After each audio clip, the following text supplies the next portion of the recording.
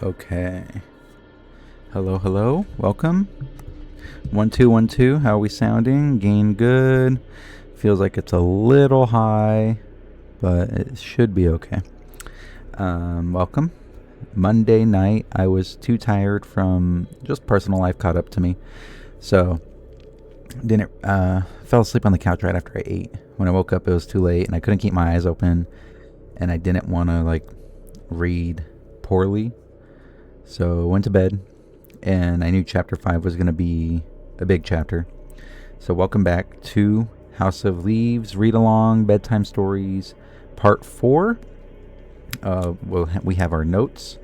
So for chapter 4, I did go back and listen to it, and there's a lot of correlation. So we have Haas, and then we have Navidson,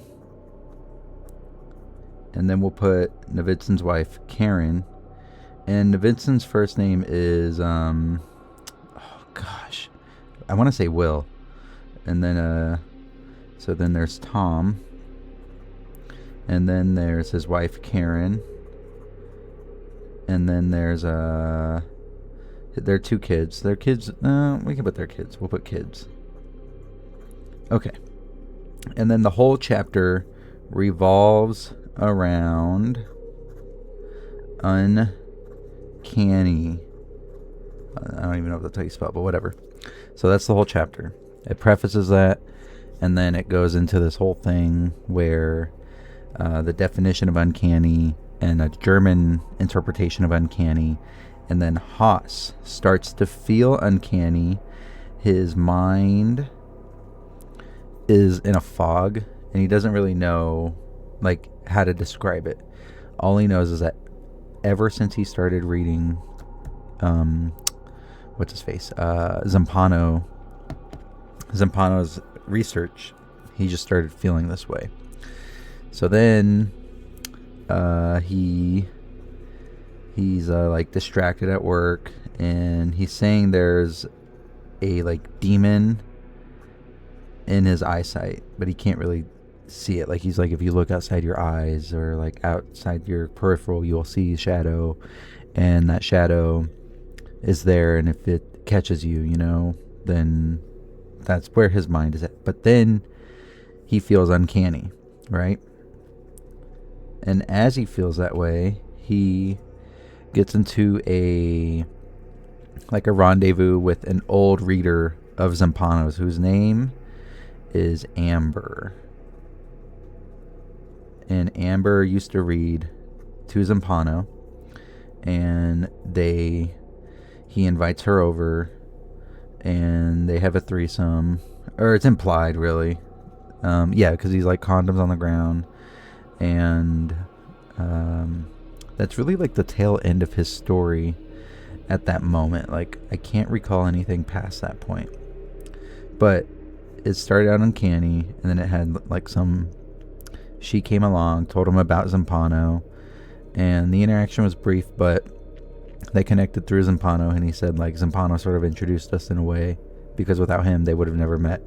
So, and he was doing research on how to who was reading to Zampano to find out more about this, and that's really where his thing is. But he felt uncanny during the whole thing, and he said the German definition of uncanny was there's something bigger, it could mean giant, giant, or really obscurely big. So I'll put that obscure size.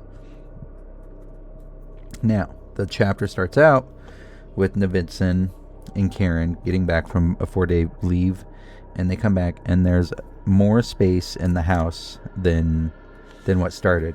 So we'll say this is the floor plan of the second floor, right? So we'll put second floor, and then there's the parents' room, and then there's the kids' room, right? Kids, parents, and then I should have another pen color to help. So there's a hallway, right? So this is how they left.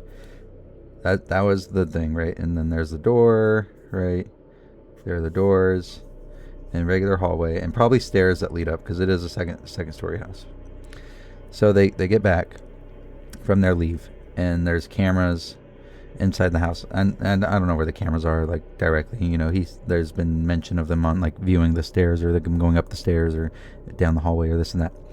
So as they come back, Navidson, I think his name's Will, and Karen are sort of shocked, because what happened while they were gone is that a new room got built inside the house with 2 new doors. And there's nothing in the room. It's just an empty room. But the room was big, that made more space inside the house than the outside. So the distance from here to here on the outside, right, was smaller than here to here on the inside. And that created a paradox, linking back to the uncanniness. So this is uncanny. But then there's a passage in the Navidson encounter. So we'll put hallway room appears, hallway room appears, and then appears. So he goes on like this mission, measuring it out. He's like, you know what? It's a quarter of an inch smaller, or small quarter of the inch bigger on the inside than it is on the outside. How is that possible? So then Karen, you know, there's a breakfast scene, but during that breakfast scene, Haas is like, I put that in there, didn't really have to be in there. So Haas is breaking the fourth wall, and at that moment I realized that he's manipulating the story after the fact. Can we rely on Haas? We've discovered he's an unfaithful narrator. He's really good at telling stories. Not an unfaithful narrator. He's really good at making up stories, which gives the impression that he could be an unfaithful narrator. And that's what I'm taking away. Because if he can just change pieces of the story and he's like, it doesn't really matter, then how can you take anything that Haas says at face value? Especially when Lude, his best friend, you know, feeds him lines to improv in a story and to get girls to come back to their place. So stuff like that, like these little things that make you think, like, can we trust Haas? But he's our guide through this story so far. So there was a breakfast scene, and it really didn't need to be there, but it was there. During the house debacle paradox, Navidson says he's going to call his twin brother Tom. Tom is a house builder, and they haven't spoken in 8 years. So after that, Tom comes over and says, what's going on? And, you know, he tells him what's up. He measures it. They're confused. There's no answer. And they find more space on the inside by a 1/16 of an inch. So it went from a quarter of an inch to 5/16, which is literally one notch over. In last video, we made the little comparison. So that's the comparison. Can you see that? Focus, focus, focus. There it is. So there you go. And so that prompts, I want to say his name's Will. I think it's Will. I will bet the house it's Will. So Will's like, I'm going to call this engineer at university. I think it's, they're in Virginia. So it's like, something VU or something, Virginia University, EVU, I want to say. I don't know.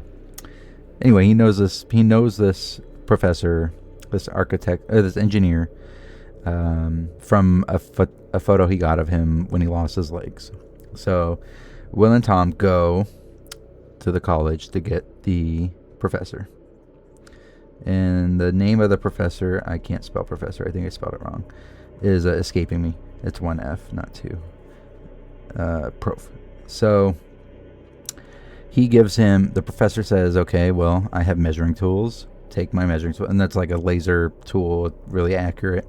So he gives it, professor gives laser tool to the brothers. During this moment, in between all this, there is a passage about riddles. So you get a riddle passage. And in that passage it says, you know, riddles are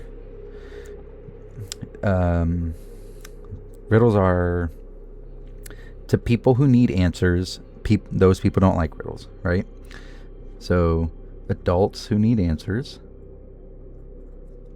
who need answers don't like riddles.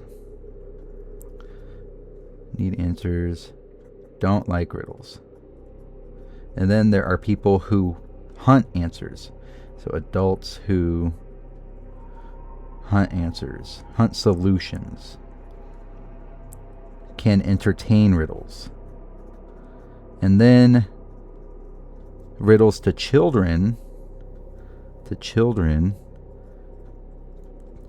are fun because answers are always provided. Like adults have the answers, so to them they're not really like critically thinking that hard. So when you tell the answer to a riddle to a kid, they're going to appreciate the levity or the perspective, I guess. I don't know, my light was off, so that's why it looks different. But riddles are fun for children, so we'll put riddle fun. So that is in the middle between Tom and Karen in the hallway paradox, because Karen goes to DC, or a friend of Karen's from DC comes, DC friend.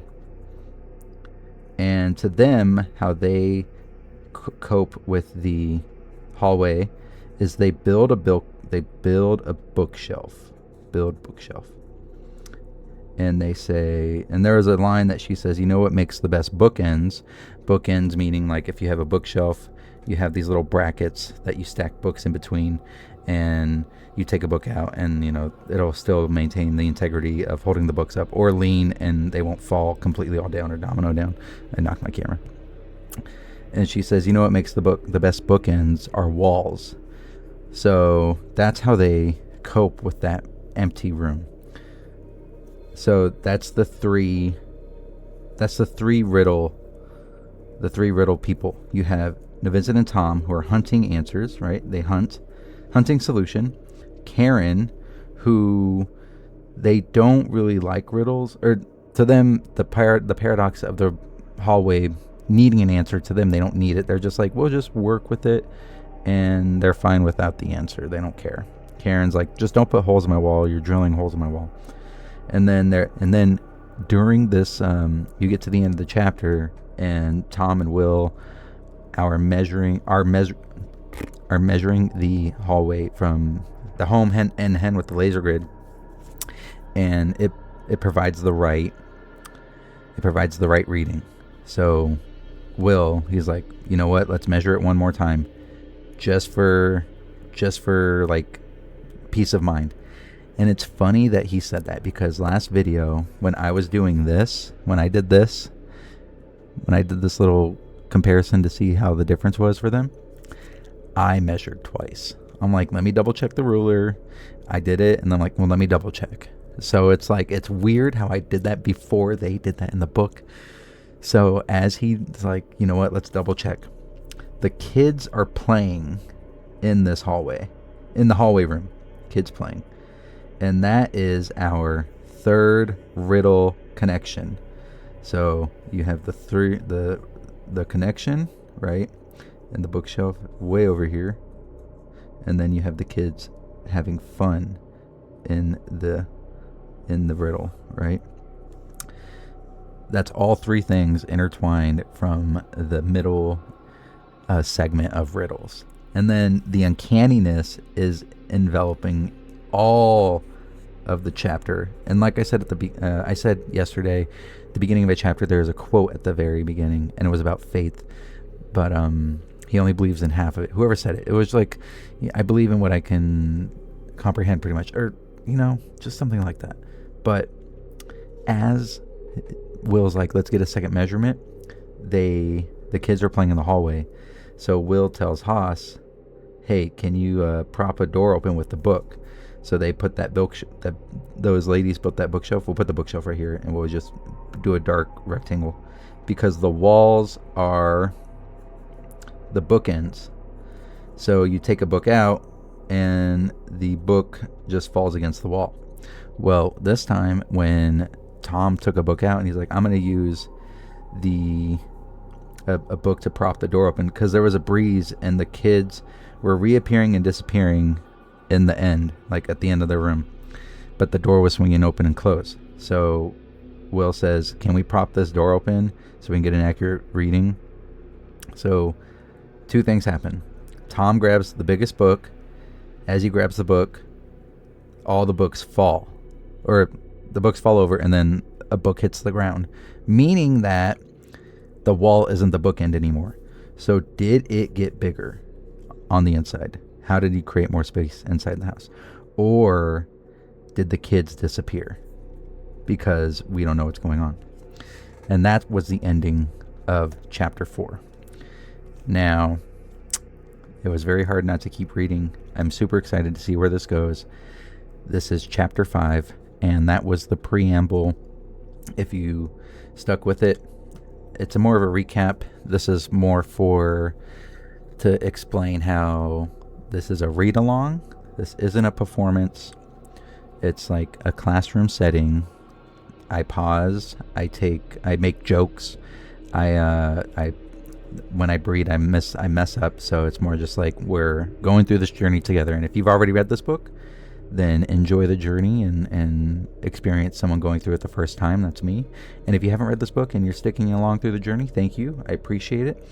And I will get through chapter 5 and we will see what's going on after that, because I want to do more if I can.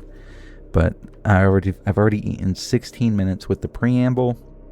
We have our notes for this is chapter 4, and I already did that right there, so we'll do it right there again. And we'll start our chapter 5 notes. And we will begin House of Leaves, chapter 5. Chapter 5.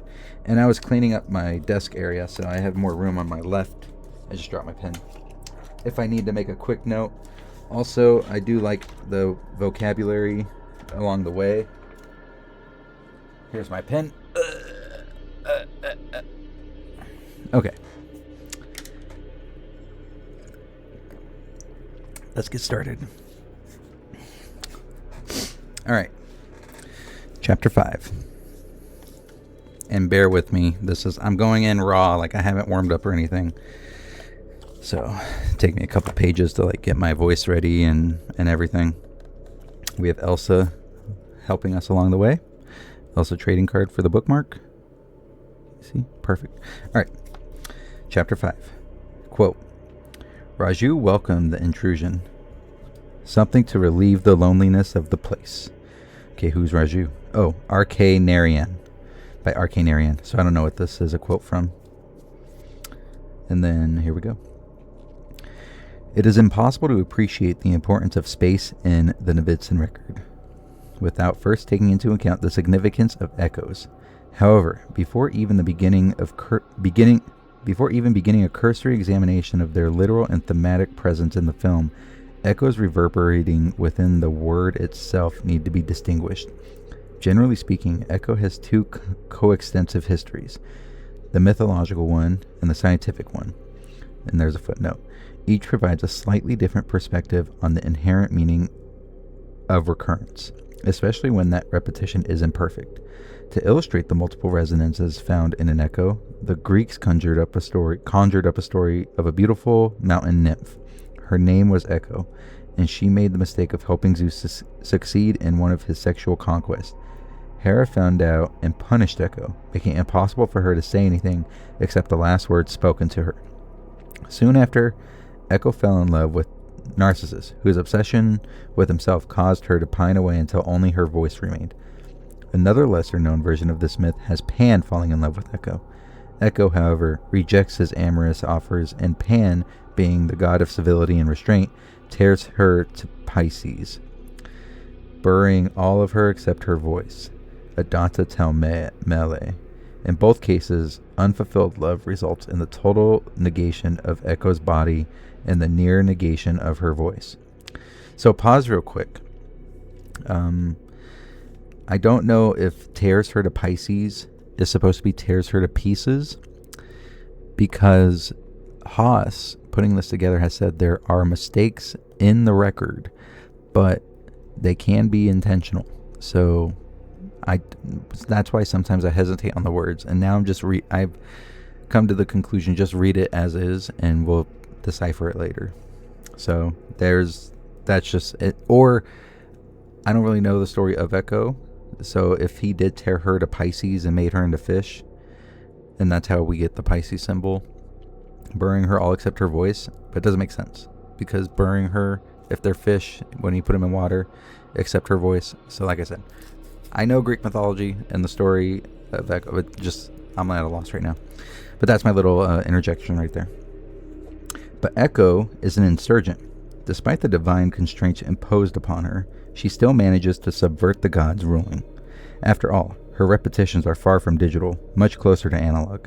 Echo colors the words with faint traces of sorrow, the narcissist myth, or accusation, the Pan myth, never present in the original, as Ovid recognized in his Metamorphosis.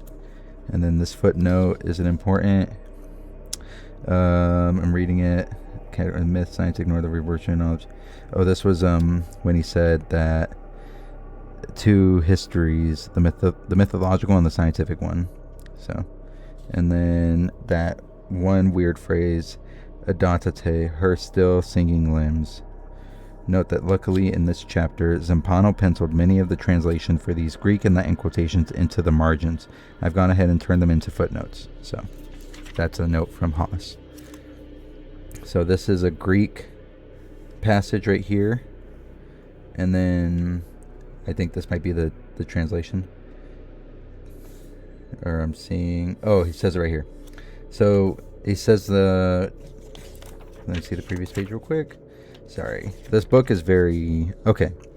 As Ovid recognized in his Metamorphosis, Spreta lata silvis pubaduncana, I don't know, pudi bundaki frunbi. So that's Greek, right? That's all Greek.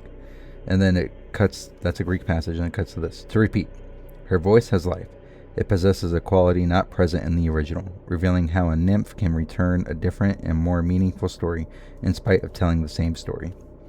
And then this is the translation, eloquently translated by Horace Gregory as, so she was turned away to hide her face, her lips, her guilt, among the trees, even their leaves, to haunt caves of the forest, to feed her love on melancholy sorrow, which sleepless turned her body to a shade, first pale and wrinkled, then a sheet of air, then bones which some say turned to thin worm rocks, and last her voice remained, vanished in forest, far from her usual walks on hills and valleys. She's heard by all who call, her voice has life. And that's the Metamorphosis by Ovid. Okay, still seeing.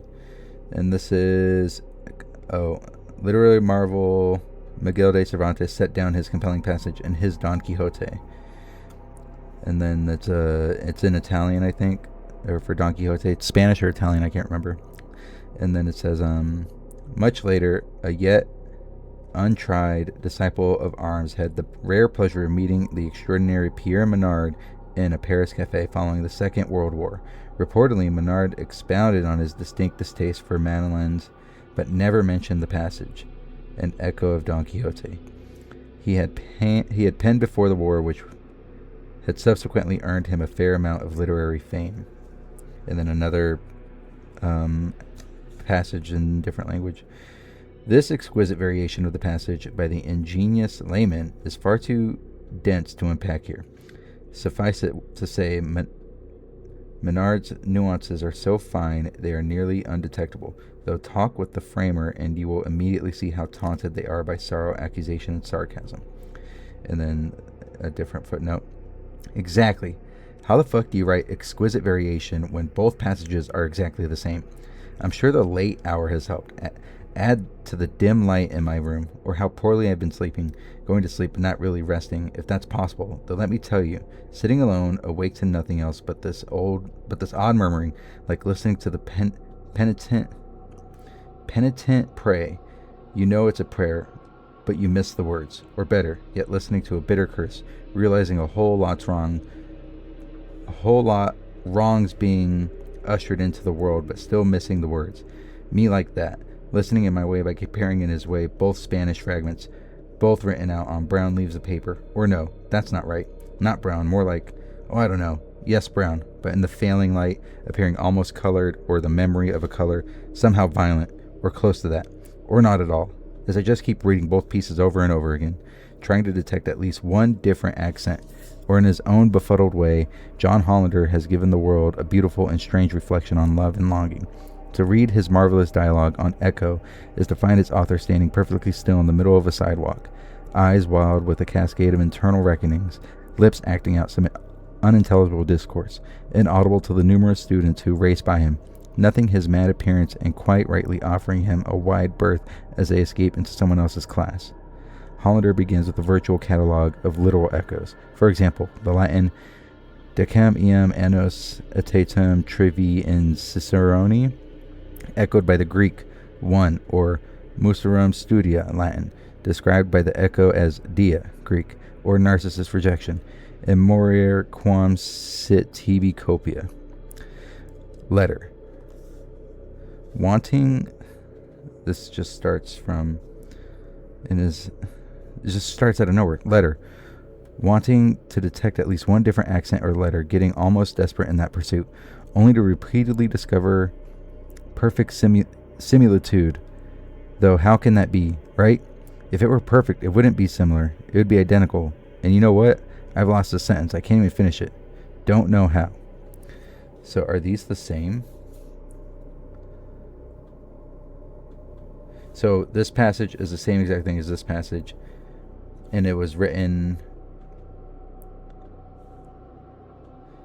exactly the same, but someone said, by the ingenious layman, is far too dense to evacuate. Suffice to say, Menard's nuances. So this is written by Menard, and this is written by, I want to say, Miguel de Cervantes. So two different people wrote the same thing, and one's getting more credit than the other, and Haas is freaking out like there's no difference. Here's the point. The more I focus in on the words, the farther I seem from my room. No sense where either, until all of a sudden, along the edges of my tongue, towards the back of my mouth, I started to taste something extremely bitter, almost metallic. I began to gag. I didn't gag, but I was certain I would. Then I got a whiff, that same something awful I detected outside of the shop in the hall. Faint as hell at first, until I knew I'd smell it. I smelled it, and then it wasn't faint at all. A whole lot of rot was suddenly packed up my nose, slowly creeping down my throat, closing it off. I started to throw up, watery chunks of vomit flying everywhere. Sluicing out of me onto the floor, splashing onto the wall, even onto this, except I only coughed. I didn't cough. I lightly cleared my throat, and then the smell was gone, and so was the taste. I was back in my room again, looking around in the dim light, jittery, disoriented, but hardly fooled. I put the fragments back in the trunk, walked the perimeter of my room, glass of bourbon, a toke on the blunt. There we go. Bring on the haze. But who am I kidding? I can still see what's happening. My line of defense has not only failed, it failed long ago. Don't ask me to define the line either, or why exactly it's needed, or even what it stands in defense against. I haven't the foggiest idea. This much, though, I'm sure of. I'm alone in hostile territories with no clue why they're hostile or how to get back to safe havens. An old haven, a lost haven.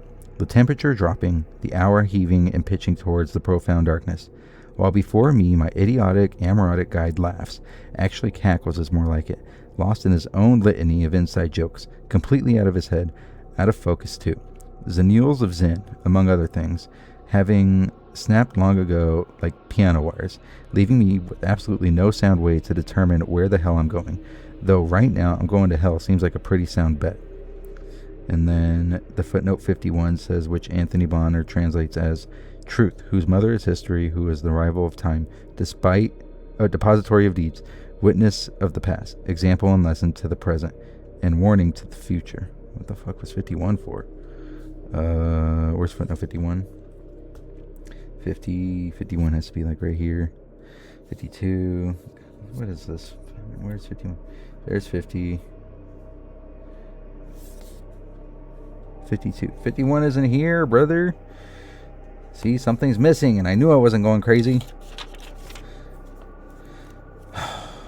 And again, it's out of order. There's something here. This is more of the Echo stuff. To which Echo responds to T.B. Copernic Street on page 4. He even provides a woodcut from Athenaeus's Kircher, Neue Hall und Tonkunst, illustrating an artificial echo machine designed to exchange clamor for 4 echoes, amor, more, ore, or finally re. Nor does Hollander stop there. His slim volume abounds with examples of textual transfiguration, though in an effort to keep him from repeating the entire book, let this heart-wrenching interchange serve as a final example. And there's another entry in different language, and it says Chidara fine al gran dolore. And then I'm guessing this is the echo. It says elore. So that would be the echo machine. While the figure of echo takes special delight in clever word games, Hollander knows better than to limit his examination there. Echo may live in metaphors, puns, and the suffix solus ex illo vivit in antris, but her range extends far beyond those literal walls. For instance, the rabbinical bat-kol means daughter of a voice, which in modern Hebrew serves as a rough equivalent for the word echo. Milton knew it, God so commanded, and left that command, sole daughter of his voice. So did Wordsworth, stern daughter, the voice of So did Wordsworth, stern daughter of the voice of God, quoting from Henry Reynolds' Mythomystes. Hollander evidences religious appropriation of the ancient myth.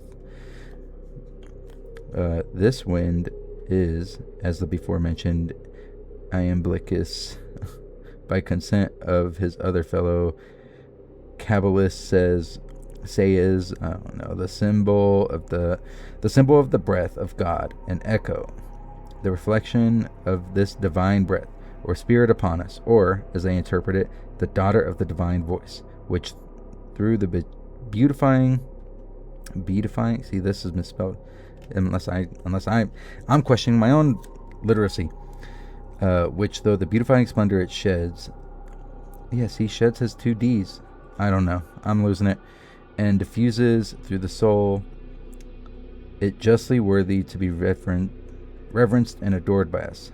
This echo descending upon a narcissus or such a soul is impurely and viciously affected, slights and stops his ears to the divine voice, or shuts his heart from divine inspirations. Though his beginning enamored of no himself, but his own shadow merely, he becomes thence an earthly, weak, worthless thing, and fit sacrifice for only eternal oblivion. I don't know who the fuck wrote that, but it's just too many typos, or there's like too many mistakes. Thus, Echo suddenly assumes the role of God's messenger, a female Mercury, or perhaps even Prometheus, decked in Talaria, with lamp in hand, descending on unfortunate humanity. These footnotes, I'm just seeing if there's anything really. These are the footnotes in order. Narcissus, may I die before I give you power over me. Echo, I give you power over me. And then, oh, outcry, returns as love delays hours and king. Who will put an end to this great sadness? The hours passing. Literature rocky caves. From that time on she lived in lonely caves. And then 55 is from John Milton's Paradise Lost. And 55 was right. 55 was back. Oh, 55 was right here. Okay, so that's another example of echo. Like they're showing echo in every context that there can be, mythological, and then there's scientifical, like they mentioned at the beginning. What was the beginning of this quote, the chapter quote? Raju welcomed the intrusion. Something relieved the loneliness of the place. So, relieve the intrusion. So, like, if we're taking the echo part right now at face value with that quote, they're saying, like, the echo is welcomed because they're lonely. In 1989, however, the noted Southern theologian Hanson Edwin Rose dramatically revised this reading. In a series of lectures delivered at Chapel Hill, Rose referred to God's grand utterance as the biggest bang of them all. After discussing in depth the difference between the Hebrew davhar and the Greek logos, Rose took a careful accounting of St. John chapter 1, verse 1. In the beginning was the world, and the world was with God, and the Word was God. It was a virtuoso performance, but one that surely would have been relegated to those dusty shelves already burdened with 1,000 years of seminary discourse that he had not summon. Had he not summoned up his ruminations with this incendiary and still infamous conclusion. Look to the sky, look to yourself, and remember, we are only God's echoes, and God is Narcissus. Rose's pronouncement recalls another equally important meditation. Why did God create a dual universe? So he might say, be not like me, I am alone. And it might be heard. There is not time or room to adequately address the complexity inherent in this passage, aside from noting how the voice is returned, or figuratively echoed, not with an actual word, but with a mere understanding that it was received, listened to, or as the text explicitly states, heard. What the passage occludes, no doubt on purpose, is how such an understanding might be attained. Interestingly enough, for all its marvelous observation, the figure of echo contains a startling error, one which performs a poetic modulation on a voice sounded over a century ago. While discussing Wordsworth's poem, The Power of Sound, Hollander quotes on page 19 the following few lines. Ye voices and ye shadows, and images of voice, to hound and horn, from rocky steep to rock-bestudded meadows, flung back, and in the sky's blue care reborn. Italics added for emphasis. Perhaps it is simply a typographical error committed by the publisher, or perhaps the publisher was dutifully transcribing an error committed by Hollander himself, not just a scholar but a poet as well, who in that tiny slip where an R replaced a V and an S miraculously vanished reveals his own relation to the meaning of echo, a meaning Wordsworth did not share. Consider the original text. So where was the V? Replaced an R with a V. Where would the R be? Rocky, rock. Those are the only two. Care, blue, care, reborn. Into the sky's blue care. So the V would be there into cave. And an S miraculously vanished reveals his own relation. An S would be skies and sky blue cave. We'll see. We'll see what the original text is. Maybe it shows. It's just on the next page. That's why I didn't want to go back and forth. But here it is. Ye voices and ye shadows, and images of voice, to hound and horn, from rocky steep and rock-bestudded meadows, flung back, and in the sky's blue caves reborn. So there was another comma added, and the cave was right, but where was the V? R instead of a V. To hound and horn, from rocky steep. Just look for the V. Or that is the V. For the R. So I'm looking for S's. And an S miraculously vanished, reveals so an S is gone. Which is the Ye voice in ye shadow. Images of voice, to hound, from rocky steep, to rock-bestudded meadows, flung back, and in skies, blue caves reborn. It says an S miraculously vanished, revealed his own relation to the meaning. I don't see where the S vanished. I see another comma added. I don't see where the S is, though. I just want to make sure I'm reading this correctly. While wordsmiths poetic retain the literal properties and stay within the canonical jurisdiction of echo, Hollanders find something else, not exactly religious, that would be hyperbole, but compassionate, which is an echo of humanity suggests the profoundest return of all. Aside from recurrence, revision and commensurate symbolic reference. Echoes also reveal emptiness, since the objects always muffle or impede acoustic reflection. Only empty places can create echoes of lasting clarity.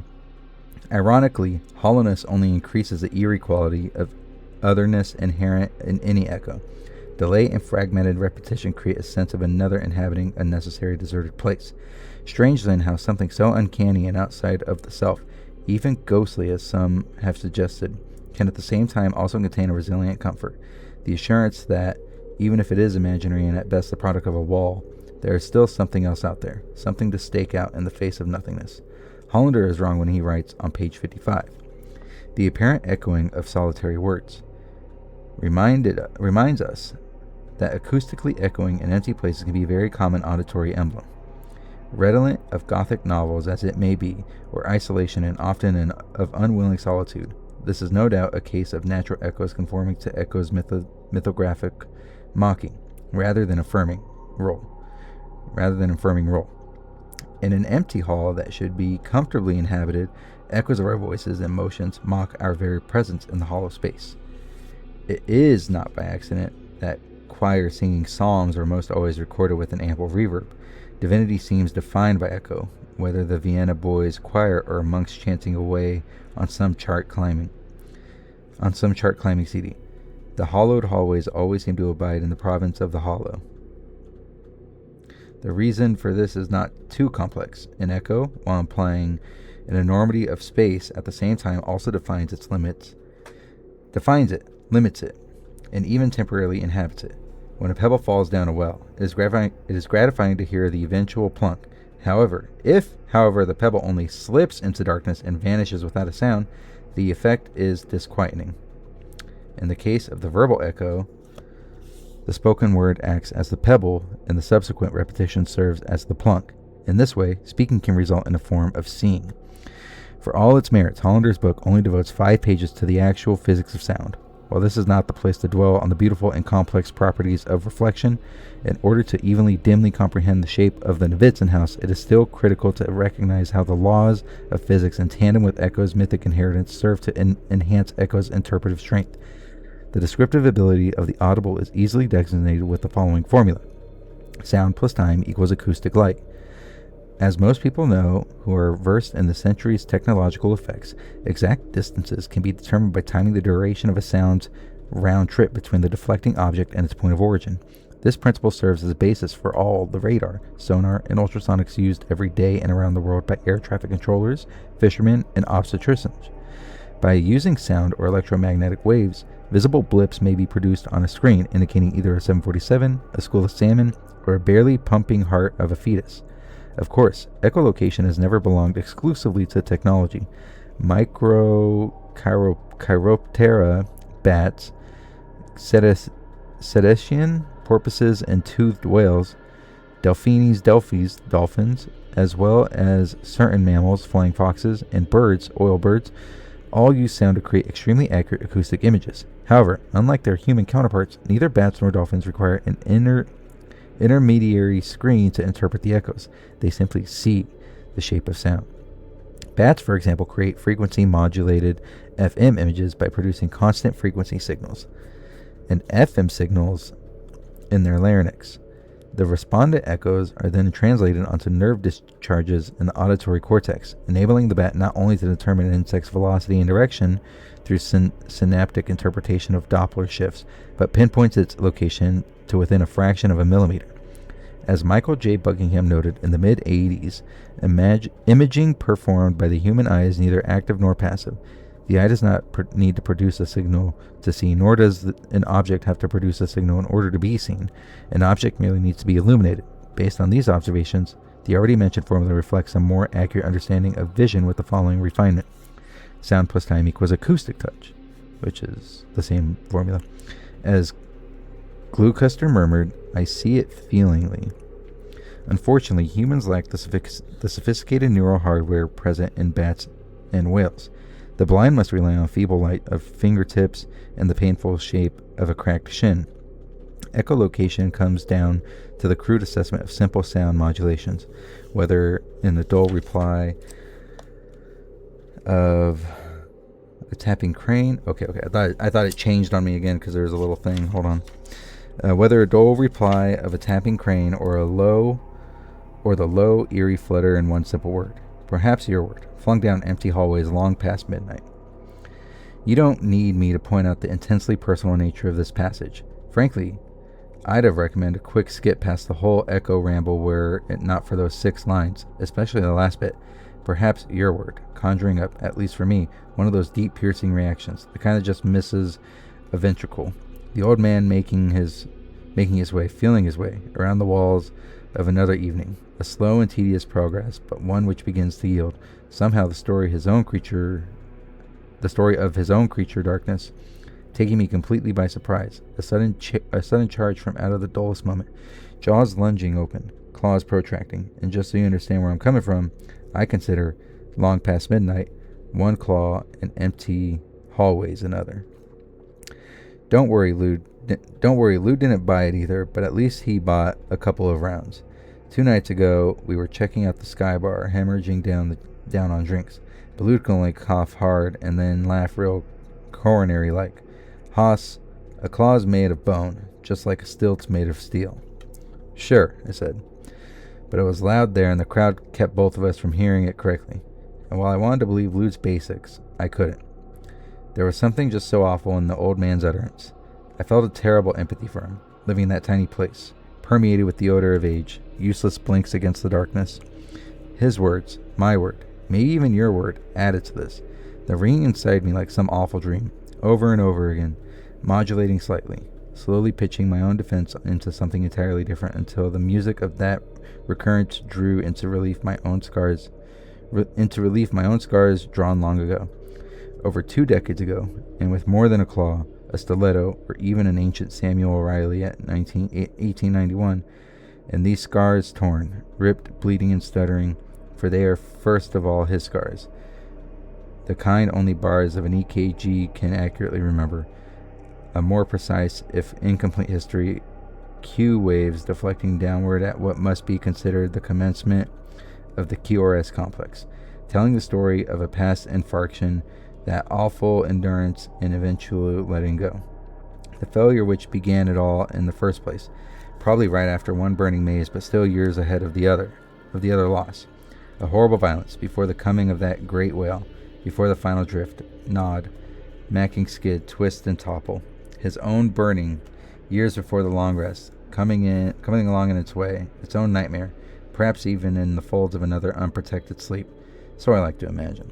Silvering wings fragmenting, then scattering like fish scales flung on the jet stream, above the clouds, and every epic venture still suggested in those delicate, light-cradled borders of other lands, sweeping the world like a whisper, a hand, even if salmon scales still slip through words as easily as palmed prisms of salt will always slip through fingers, shimmering, raining, confused, and no matter how spectacular, forever unable to prevent his fall, down through the silver, the salmon away from the gold, and the myriad of games held in just that word, suggesting it might have even been Spanish gold, though this makes no difference. Still tumbling in dying in time before the hit, but sleeping right through it, and slamming into the ground at terminal velocity too. The pound, the bounce. What kind of ground air emergency code would that mark mean? The opposition of L's? Not understood. Probably just X marks the spot. Unable to... The study of architecture acoustics focuses on the rich interplay between sound and interior design. So here's the science echo part. Consider, for example, how an enclosed space will naturally increase sound pressure and raise the frequency, even though they are usually difficult to calculate. Resonance frequency, also known as Elysian frequencies or natural frequencies, can be easily determined for a perfectly rectangular room with hard, smooth walls. The following formula describes the resonance frequencies in a room. Unable to proceed, then an awful second arc and the second descent. After the sound, the realization of what sleep has just now delivered. That bloody handmaiden, this time her toiling fingers wet with boiling deformation, oozing in the mutilations of birth, heartless and unholy, black with afterbirth, miscreated, changeling, and foul. What no one else beside him could prevent, but rather might have even caused. And mine too, this unread trauma, driving him to unconsciousness with a scream. Not even a word, a scream, and even that never heard. So not a scream, but the clutch of life held by will alone. No 911, no call at all, just his own misunderstanding of the reality that had broken into the hall. The silence then of a woman and an only son, describing in an agonizing hour all it takes to let go. Broken, bleeding, ragged, twisted, savage, torn, and dying too. So permanently wronged, though for how many years gone, untold, unseen, reminiscent of another silver shape, so removed and yet so dear, kept on a cold chain, years on, this fistful of twitching injured life, finally recovering on its own until eventually, like a seed conceived, born and grown, the story of its injured beat survives long enough to destroy and devour it by the simple telling of its fall. All his hope, his home, his only love, the very color of his flesh and the dark marrow of his bone. "You okay, Trot?" Lude asked. But I saw a strange glimmer everywhere, confined to the sharp oscillations of yellow and blue, as if my retinal view suddenly included, along with the reflective blessings of light, an unearthly collusion with the scent and sound, registering all possibilities of harm, every threat, every move, even with all grinning and meeting and din, 1,001 possible claws. Of course, Lou didn't see it. He was blind, maybe even right. We drove down Sunset and soon veered south into the flats. A party somewhere. An important gathering of E-heads and cokeheads. Lude would never feel how empty hallways long past midnight could slice inside of you, though I'm not so sure he wasn't sliced up just the same. Not seeing the rip doesn't mean you automatically get to keep clear of the "hey, I'm bleeding" part. To feel, though, you have to care, and as we walked out onto the blue-lit patio and discovered a motorcycle sputtering up oil and bubbles from the bottom of the pool, while on the diving board 2 men shoved flakes of ice up a woman's bleeding nostrils, her shirt off, her bra nearly transparent, I knew Lude would never care much about the dead. And maybe he was right. Maybe some things are best left untouched. And of course he didn't. Of course he didn't know the dead like I did. And so when he absconded with the bottle of Jack from the kitchen, I did my best to join him, obliterate my own cavities and graves. But come morning, despite my headache and vomit on my shirt, I knew I'd failed. Inside me, a long dark hallway already caressed the other music of a single word. And what's worse, despite the amazements of chemicals, continued to grow. With the width of L, width of W, and height of H, where the velocity of sound equals C. I need to take a drink. Haas's recount right now is just like really word heavy. It's like word salad almost, because I didn't understand. I think he's like trying to tell a story and then seeing out of the corner of his eye at the same time. So he's telling 2 things at once on paper, and it was just a lot. It was too much. Haas. I don't know what's going on. Halfway through, I'm like, what the hell am I reading? Here's the formula. Okay, excuse me. Sorry. Notice that if L, W, and H all equal infinite, F will equal 0. This math is, I don't even know how I would answer that. Along with resonance frequencies, the study of sound also takes into account wave acoustics, ray acoustics, diffusion, and steady-state pressure level, as well as sound absorption and transmission through walls. A careful examination of the dynamics involved in sound absorption reveals how incident sound waves are converted to energy. In the case of porous material, the substance lattice of interstices translates sound waves into heat. Nevertheless, above and beyond the details of frequency shifts and volume fluctuations, the physics of otherness, what matters most is sound's delay. Point of fact, the human ear cannot distinguish one sound wave from the same sound wave if it returns in less than 50 milliseconds. Therefore, for anyone to hear a reverberation requires a certain amount of space. At 68 degrees Fahrenheit, sound travels approximately 1,130 feet per second. A reflective surface must stand at least 56.5 feet away in order for a person to detect the doubling of her voice. Why her voice? In other words, to hear an echo regardless of whether eyes are open or closed, it has to have already seen a sizable space. Myth makes echo the subject of longing and desire. Physics makes echo the subject of distance and design. Where emotion and reason are concerned, both claims are accurate. And where there is no echo, there is no description of space or love. There is only silence. We got a huge S footnote, and then it's back to Haas. There's something more at work here. Some sort of antithetical reasoning and proof making. And what about light? All of which actually made sense to me at a certain hour before midnight, or at least came close to making sense.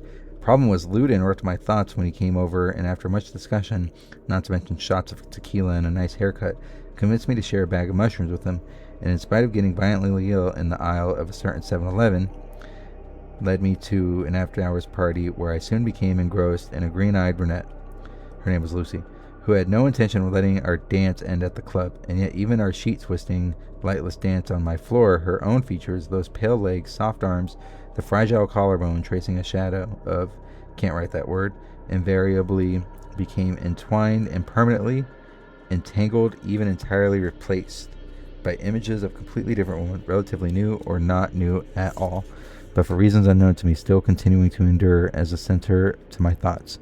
Her first encountered in the company of Lude and my boss at a place my boss likes to call the Ghost. The problem is that in his mind, the Ghost actually refers to two places, the Garden of Eden on La Brea and the Rainbow Bar and Grill on Sunset. How or why this came about is impossible to trace. Private nomenclature seems to rapidly develop in tight set upon circles, though truth be told, we were only set upon on a good day, and tight here should be taken pretty loosely. How then, you ask, do you know what's being referred to when the Ghost gets mentioned? You don't. You just end up at one or the other. Often the rainbow, though not always the rainbow. You see, how my boss defines the Ghost varies from day to day, depending mostly on his moods and appetites. Consequently, the previous mentioned pretty loosely should probably be stuck and restated as very, very loosely. Anyway, what I'm about to tell you happened on one of those rare evenings when we actually all got together. My boss was chattering incessantly about his junk days in London and how he'd contemplated sobriety and what those contemplations had been like. Eventually, he detoured into a long-winded non-stories about his art school experiences in Detroit. Lots of, my thing for that whole time thing was really a kind of art thing or something, which was about when I hauled out my pad of sketches, because no matter what you made of his BS, you still couldn't fault him for his work. Why did he say my pad? Here's for the whole, which is about when I hauled out my pad of sketches, because no matter what you made of his BS, you still could fault him for his work. He was one of the best. Every tatted local knew it. Truth be known, I'd be waiting for this chance for a while, keen on getting his out-of-the-shop perspective on my efforts, and what efforts they were. Diligent designs sketched over the months, intended someday to live in skin, each image carefully wrapped and coiled in colors of cinnabar, lemon, celadon, and indigo, incarnated in the scales of dragons and the bark of ancient roots, shields welded by generations, castles cast aside in the oily umber of shadow and blood, not to speak of lifeless trees prevailing against indifferent skies or colossal vessels, asleep in prehistoric sediment, miles beneath even the faintest suggestion of light. At least that's how I would describe them.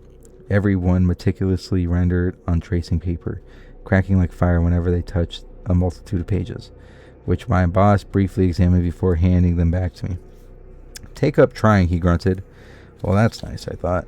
At least the next step was clear. Some act of violence would be necessary. And so it was that before another synapse could fire within my bad-off labyrinthine brain, he was already lying on the floor. Or I should say his mangled body was lying on the floor. His head remained in my hands, twisted off like a cap. What the fuck? Not as difficult as I'd imagined. The first turn, and definitely the toughest, necessitating the breaking of the cervical vertebrae and the snapping of the spinal cord. But after that, another 6 or so turns, and voila, the head was off. Nothing could be easier. Time to go bowling. My boss smiled, said hello. He wasn't smiling or saying hello to me. Somehow she was already standing there, right in front of him, right in front of me, talking to him, reminiscing, touching his shoulder, even winking at me in Lude. Hold on, that guy just ripped some guy's head off. We're just breezing by that? Do you think he hallucinated it? I think he's like tripping. Oh, he's tripping. And it's exactly 1 hour. How much? I already know I have so much to go. Yeah, we got a ways. We have 20 pages. I'm gonna blast through this.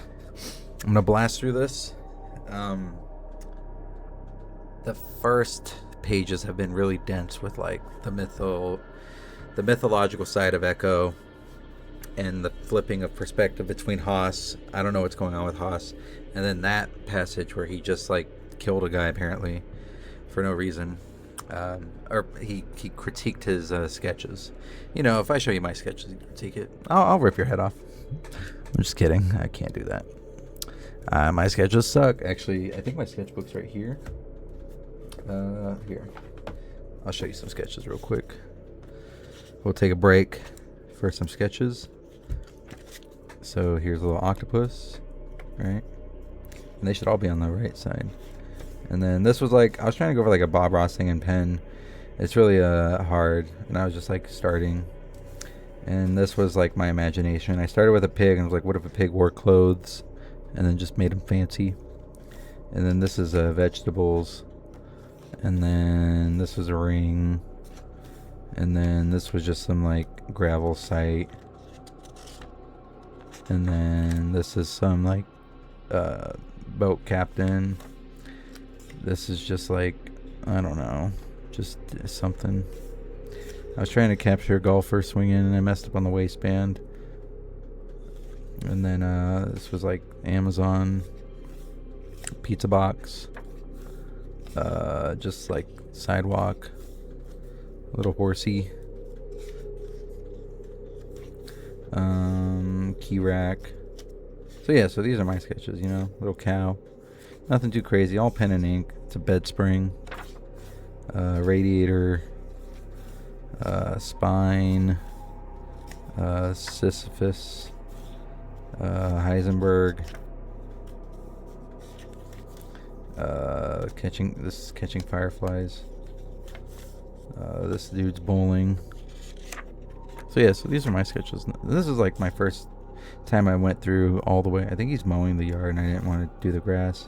This is a Silent Hill. This is a hand holding. I think that's stress. I think this is a robot. This is a space helmet. I think he's brushing his teeth. I think this is just like a little toy. This is a bonsai tree bush.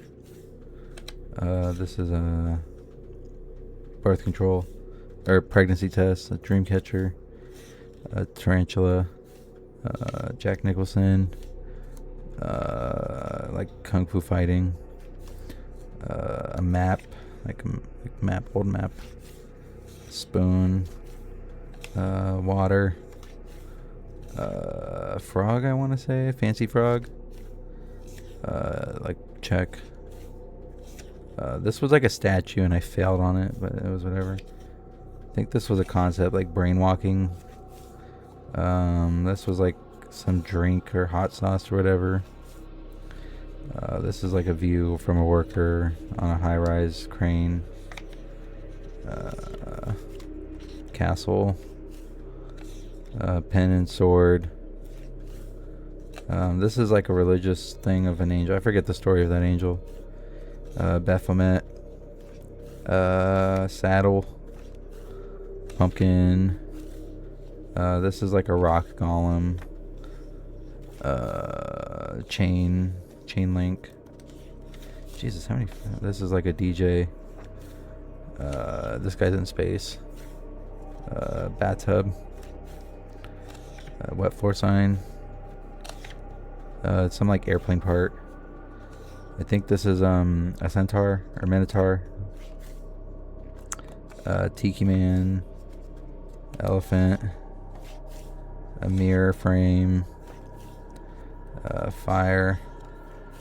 This is all pen and ink. There's some person letting go of a balloon. I tried doing the Eiffel Tower. Ballet dancers. Another like high-rise construction. Cactus. Like a pergola. I don't know what this is. It's like a Chinese architecture thing. And that's it. Those are all my sketches. All right. Now let's blast through this. But yeah, like, so he showed him his sketches, and then he critiques them, and then he's like, kills them. As far as notes, I don't even know what to write. Right now we have echo, mythological side, 2 different versions, and then interpretations and breakdown throughout history and time. And now we're going to the scientific side while Haas is going through something in the real world. And Let's blast through this. Giving you everything I got from here on. Everything. Fortunately, let's start here. Somehow I was already standing right in front of him, right in front of me, talking to him, reminiscing, touching his shoulder, even winking at me in loot. Wow. Out of nowhere. Out of the blue. Where had she come from? Or for that matter, when? Of course my boss didn't introduce her. He just left me to gape. Excuse me? I couldn't even imagine twisting off his head for a second time, as that would meant losing sight of her, which I found myself quite unwilling to do. So yeah, he was just like in his head, taking that guy's head off. He's like doing the little head pinch thing, but in his head. Fortunately, after that evening, she began dropping by the shop a lot. Always wearing these daisy sunglasses, and each time taking me completely off guard. She still drives me nuts. Just thinking of her now, and I'm lost in the smell of her, the way of her and everything she conjures up inside me. A mad rush of folly and oddly muted lust, sensations sublimated faster than I can follow. Into, oh hell, I don't know what into. I probably shouldn't even be using that word like sublimate, but that's beside the point. Her hair reminding me of a shiny gold desert, wind braised in a hot August sun, hips curving like coastal norths, tits rising and falling beneath her blue sweatshirt, the way an ocean will do long after the storm has passed. She's always a little out of breath when she climbs the flight of stairs leading up to the shop. One glance at her, even now in the glass of my mind, I want to take off, travel with her. Who knows where either. Somewhere my desire suddenly informed by something deeper, even unknown, pouring into me, drawn off some peculiar reserve, tracing thoughts of the drive she and I would take, lungs full of that pine-rasping air, outracing something unpleasant, something burning. In fact, the entire coast, along with tens of thousands of acres of inland forest, is burning, but we're leaving. We're getting away. We're free. Our hands battered by the clutch of holding on. I don't know what to, but holding just the same, and cheeks streaked with wind tears, and now that I think of it, I guess we are on a motorcycle. A Triumph. Isn't that what Luke always talks about buying? Ascending into colder and brighter climes, and I don't know anything about bikes, let alone how to drive one. And there I go again. She does that to me, like I already said. Drives me nuts. Hello? That was the first word she ever said to me in the shop. Not like hi, either. More like, hello, is anyone home? Hence the question mark. I wasn't even looking at her when she said it, just staring blankly down at my equally blank pad of tracing paper, probably thinking something similar to all those ridiculous, sappy thoughts I just now recounted, about road trips and forest fires and motorcycles, remembering her even though she was right there in front of me, only a few feet away. Hey, asshole, my boss shouted. Hang up her fucking pants. What's the matter with you? Something would have to be done about him. Before I could hurl him through the plate glass window into the traffic below, she smiled and handed me her bright pink flip-flops and white Adidas sweats. My boss was lucky. This magnificent creature had just saved his life.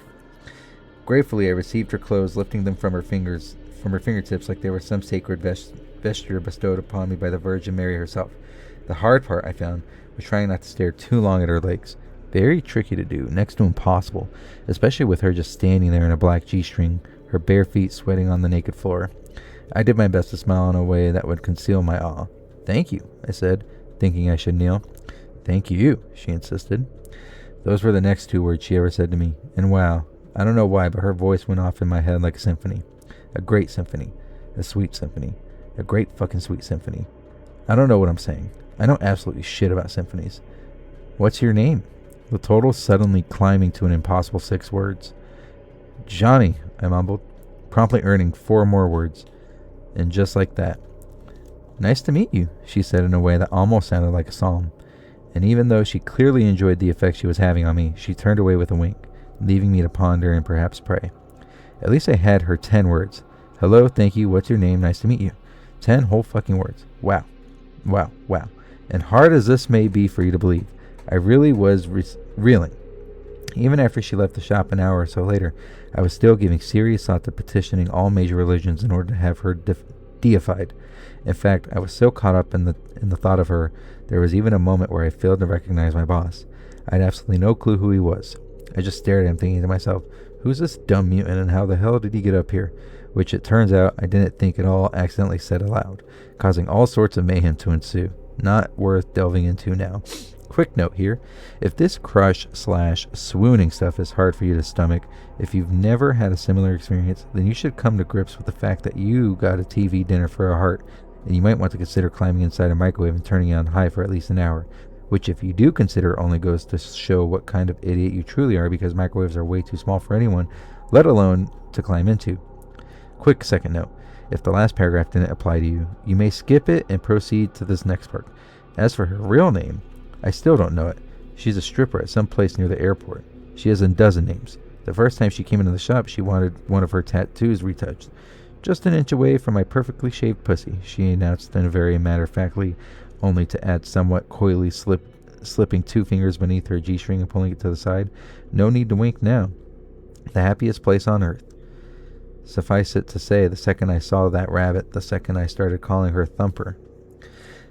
I do admit, so this is when he met Thumper, I do admit it seems a little strange, even to me, to realize that even after 4 months I'm still swept up in her. Luge sure as hell doesn't understand it. One, because I've fallen for a stripper. Fuck, what? Fuck, and fall for have very different meanings. Hoss. Fuck, and fall for, oh, I see. Fuck, and fall for have very different meanings, Hoss. The first one you do as much as you can. The second one you never, ever, ever do. And 2, because she's older than me, if you're going to reel for a stripper, he advises, you should at least reel for a young one. They're sexier and not as bent. Which is true, and she does have a good 6 years on me. But what can I say? I'm taken. I love how enthralled she remains by this festival living. Wait, what? Okay, so it changed. Something changed. Something big changed. I'm taken. I love how enthralled. Look how much space is missing in this page. She remains by this festival living, nothing reserved or even remotely ashamed about who she is and what she does. Always talking blue streak to my boss, her 3-year-old child, her boyfriend, her boyfriends, the hand job she gets extra for, 11 years of sobriety, her words always winding up the way it feels to wake up wide awake, everything about her awakening at every moment, alive to the world and its quirky opportunities, a sudden rite of spring, Thumper spring, those springs already sprung, rabbit, and now April's ruling, April's looming, April's fooling around, and yet another round for this year's ruling April Fool. Yeah, I know. This shit's getting ridiculous. Even worse, I feel like I can continue in that vein for years, maybe even decades. And yet, listen to this.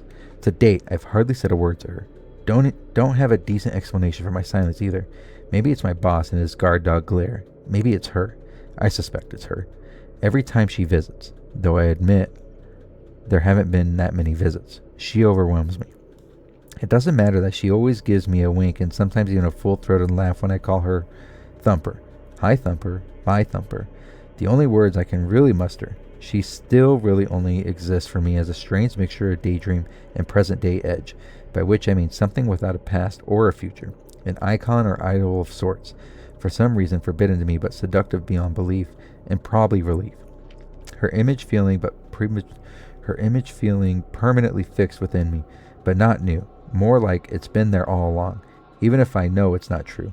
And come last night going so far as to entangle, and finally completely replace her with I can't write the word of the Thumper's flashing eyes, her aching lips, her heart-ending moans, those I had imagined, an ongoing list so minute and distracting that long after, when the sheets were gathered, wet with sex, cold with rest, I did not know who lay beside me. And seeing this stripper, the vessel of my dreams, I withdrew to my toilet, to the shower, to my table, enough racket and detachment to communicate an unfair request, but poor her, she heard it, and without a word dressed, and without a smile requested a brush, and without a kiss left, leaving me alone to return to this passage where I discovered the beginnings of a sense long since taken and strewn, leading me away on what I guess amounts to another hopeless digression. Perhaps when I'm finished, I'll remember what I'd hoped to say in the first place. Mr. Truitt declined to comment further on this particular passage. Ed. Who the fuck is Ed? There's been another passage by Ed in an earlier footnote, and I skipped it. Well, I read it, but I didn't say it was by Ed. And I was like, I don't know who Ed is. But now, who is Ed? As As tape and film reveal, in the month following the expansion of the walls bracketing the bookshelves, let's go, we're back at the house. As tape and film reveal, in the month following the expansion of the walls bracketing the bookshelves, Billy Reston made several trips to the house where, despite all efforts to the contrary, he continued to confirm the confounding impossibility of an interior dimension greater than the exterior one. Vincent skillfully captures Reston's mental frustration by focusing on the physical impediments his friend must face within a house not designed with the disabled in mind. Since the area in question is in master bedroom, Reston must take his way upstairs each time he wishes to inspect the area. On the first visit, Tom volunteers to try and carry him. That won't be necessary, Reston grunts, effortlessly swinging out of his chair and dragging himself up to the second story using only his arms. You got a pair of guns there, don't you, partner? The engineer is only slightly winded. Too bad you forgot your chair, Tom adds dryly. Reston looks up in disbelief, a little surprised, maybe even a bit shocked, and then bursts out laughing. Well, and fuck you. In the end, Novitzin is the one who hauls up the wheelchair.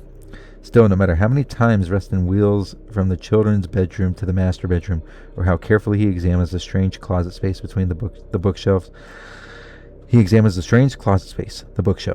or the various tools Tom and Will have been measuring the house with, he can provide no reasonable explanation for what he keeps referring to as goddamn spatial rape. So, as tape and film reveal, in the month following the expansion of the walls bracketing the bookshelves, I was right, let's go! The walls expanded!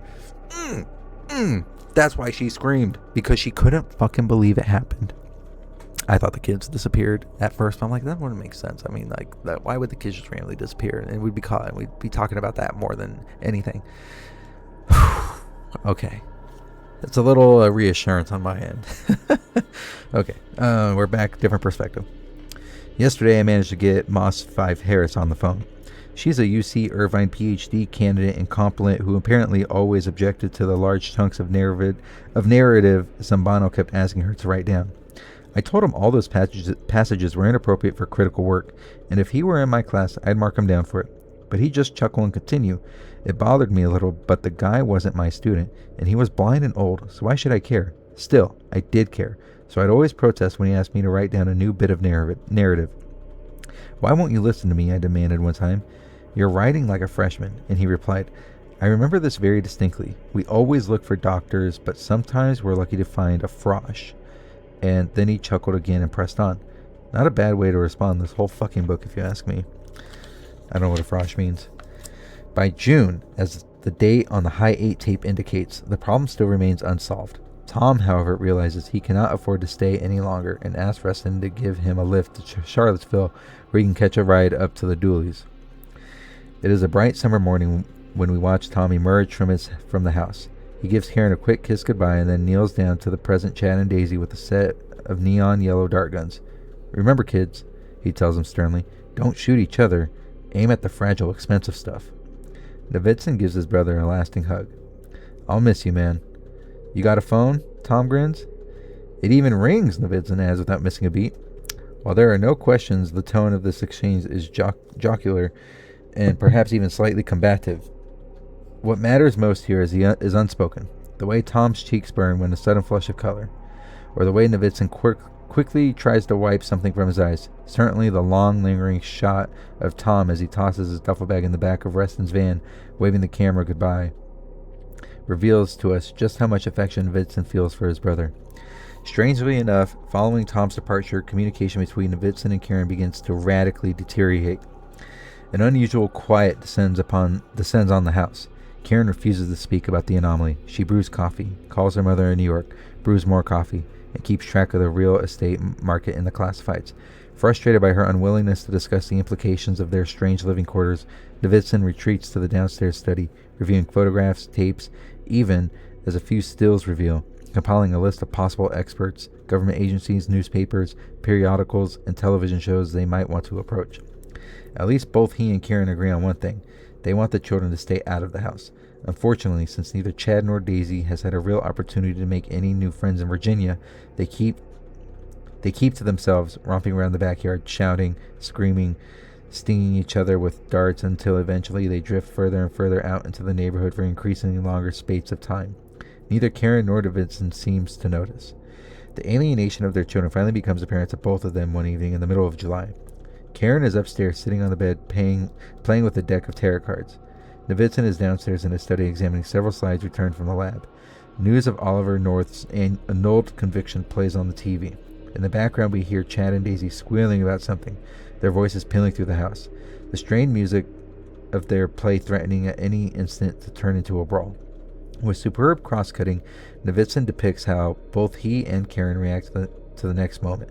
Karen has drawn another card from the deck, but instead of adding it to the cross slowly forming before her crossed legs, Karen's drawn another card from the deck, but instead of adding it to the cross slowly forming before her crossed legs, the occult image hangs unseen in the air, frozen between her two fingers. Karen's eyes already diverted, concentrating on a sound. A new sound, almost out of reach, but reaching her just the same. Davidson is much closer. His children's cries immediately tell him that they are way out of bounds. Karen has only just started to head downstairs, calling out for Chad and Daisy, her agitation and panic increasing with every step when Davidson bolts out of the study and races for the living room. The terrifying implication of their children's shouts is now impossible to miss. No room in the house exceeds a length of 25 feet, let alone 50 feet, let alone 56 and a half feet. And yet Chad and Daisy's voices are echoing, each call responding with an entirely separate answer. In the living room, Davidson discovers the echoes emanating from a dark, doorless hallway which has appeared out of nowhere in the west wall. Without hesitating, Davidson plunges in after them. Unfortunately, the living room Hayate cannot follow him, nor for that matter can Karen. She freezes on the threshold, unable to push herself into the darkness toward the faint flicker of light within. Fortunately, she does not have to wait too long. Davidson soon reappears with Chad and Daisy in each arm, both of them still clutching a homemade candle, their faces lit like sprites on a winter's eve. This is the first sign Karen's chronic disability. Up until now, there has never been the slightest indication that she suffers from crippling claustrophobia. By the time Davidson and the two children are safe and sound in the living room, Karen is drenched in sweat. She hugs and holds him as if they just narrowly avoided some terrible fate. Even though neither Chad nor Daisy seems particularly disturbed by their little adventure. In fact, they want to go back, perhaps because of Karen's evident distress. Davidson agrees to at least temporarily make this new addition to their house off limits. For the rest of the night, Karen keeps a tight grip on Davidson, even when they finally slip into bed. She is still holding his hand.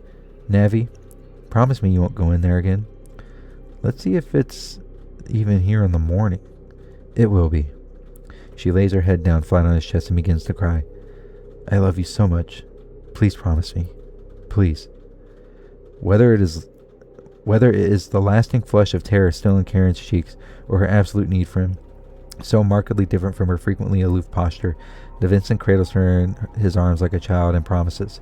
Since the release of the Vincent record, Virginia Posa has written extensively about Karen Green's adolescent years. Posa's thin volume entitled Wishing Well, Cambridge, Massachusetts, Harvard University Press, 1996, represents one of the few works which, while based on the Davidson's experience, still manages to stand on its own merits outside the film. Along with the exceptional background in everything ranging from Kate Chopin, Sylvia Plath, Toni Morrison, autobiography of footnote. There's a problem here concerning the location of the 5.5-minute hallway. Initially, the doorway was supposed to be on the north wall of the living room, page 4. But now, as you can see for yourself, the position has changed. Maybe it's a mistake. Maybe there's some underlying logic to the shift. Fuck if I know. Your guess is as good as mine. And then it's back. So that was a little footnote from Haas. And then autobiography of a schizophrenic girl, the true story of Renee.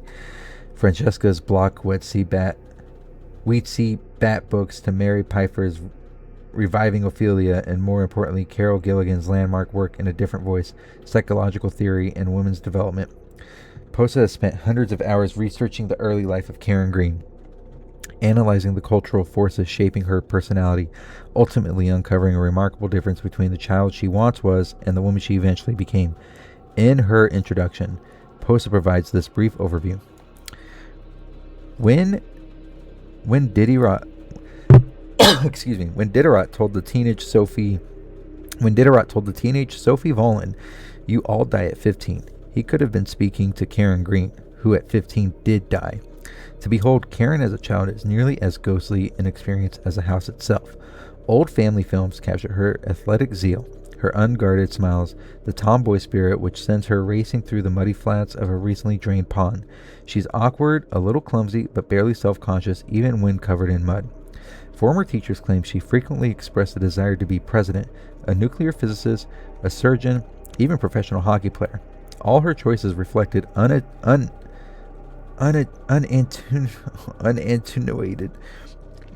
I don't know how to say it. I want to say unattenuated, but that's not it. I have to look it up. It's bothering me. I'm trying not to let it get to me. Unattenuated.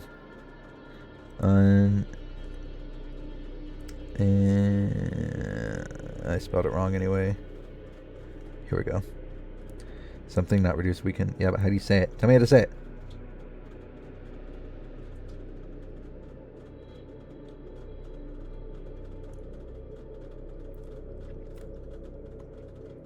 Sorry. I wanted to see pronunciation.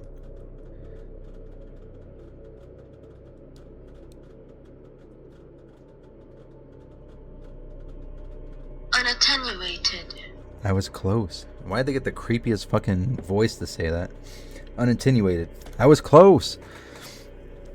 Former teachers claim she frequently expressed a desire to be president, a nuclear physicist, a surgeon, even a professional hockey player.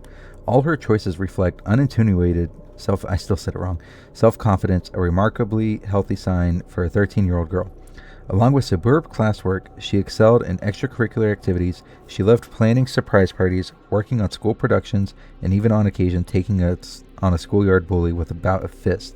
Karen Green was exuberant, feisty, charming, independent, spontaneous, sweet, and most of all, fearless. By the time she turned 15, all of that was gone. She hardly spoke in class. She refused to function at any sort of school event, and rather than discuss her feelings, she deferred the world with a hard and perfectly practiced smile. Apparently, if her sister is to be believed, Karen spent every night of her 14th year composing that smile in front of a blue plastic-handled mirror. Tragically, her creation proved flawless, and though her near aphonia should have alarmed any adept teacher or guidance counselor, it was invariably rewarded with a pyrrhic prize of a high school popularity. Though Posa goes on to discuss the cultural aspects and consequences of beauty, these details in particular are most disturbing, especially in light of the fact that little of their history appears in the film. Considering the substantial coverage present in the Novitzin record, it is unsettling to discover such a glaring omission, in spite of the enormous quantity of home footage obviously available. For some reason, calamities of the past still do not appear. Clearly Karen's personal life, to say nothing of his own life, caused Novitzin too much anxiety to portray either one particularly well in his film. Rather than delve into the pathology of Karen's claustrophobia, Novitzin chose instead to focus strictly on the house. Of course, by the following morning, Karen has already molded her desperation into a familiar pose of indifference. She does not seem to care when they discover the hallway has not vanished. She keeps her arms folded, no longer clinging to Novitzin's hand or stroking her children. In a footnote, fortunately, a few years before the Novitzin record was made, Karen took part in a study which promised to evaluate and possibly treat her fear.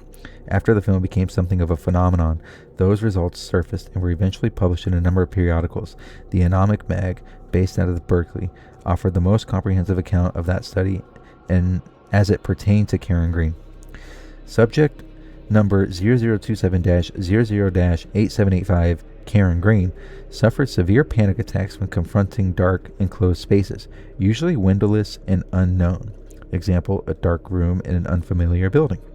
The attacks consistently characterized by 1. Accelerated heart rate, 2. Sweating, 3. Trembling, 4. Sensation of suffocation, 5. Feeling of choking, 6. Chest pain, 7. Severe dizziness, 8. Derealization, feelings of unreality, and eventual depersonalization, being detached from oneself. 9. A culmination in an intense fear of dying. See DSM-4, criteria for panic attack. Diagnosis: subject suffers from specific phobia, formerly known as simple phobia. Situational type, see DSM-4. Diagnostic criteria for 300.29, specific phobia. Because behavioral cognitive techniques have thus far failed to modify perspectives on anxiety-provoking stimuli, subject was considered ideal for current pharmacotherapy study. Initially, subject received between 100 to 200 milligrams a day of tofranil, imipramine, but with no improvement, switched early to a adrenergic blocker, propranolol. An increase in vivid nightmares. An increase in vivid nightmares caused her to switch again. Oh, so that gave her nightmares, to an MAOI, monoamine oxidase inhibitor, tranylcypromine. Still dissatisfied with the results, subject switched to an SSRI, selective serotonin reuptake inhibitor, fluoxetine, commonly known as Prozac. We could just skip the fucking medical jargon and, get to the point.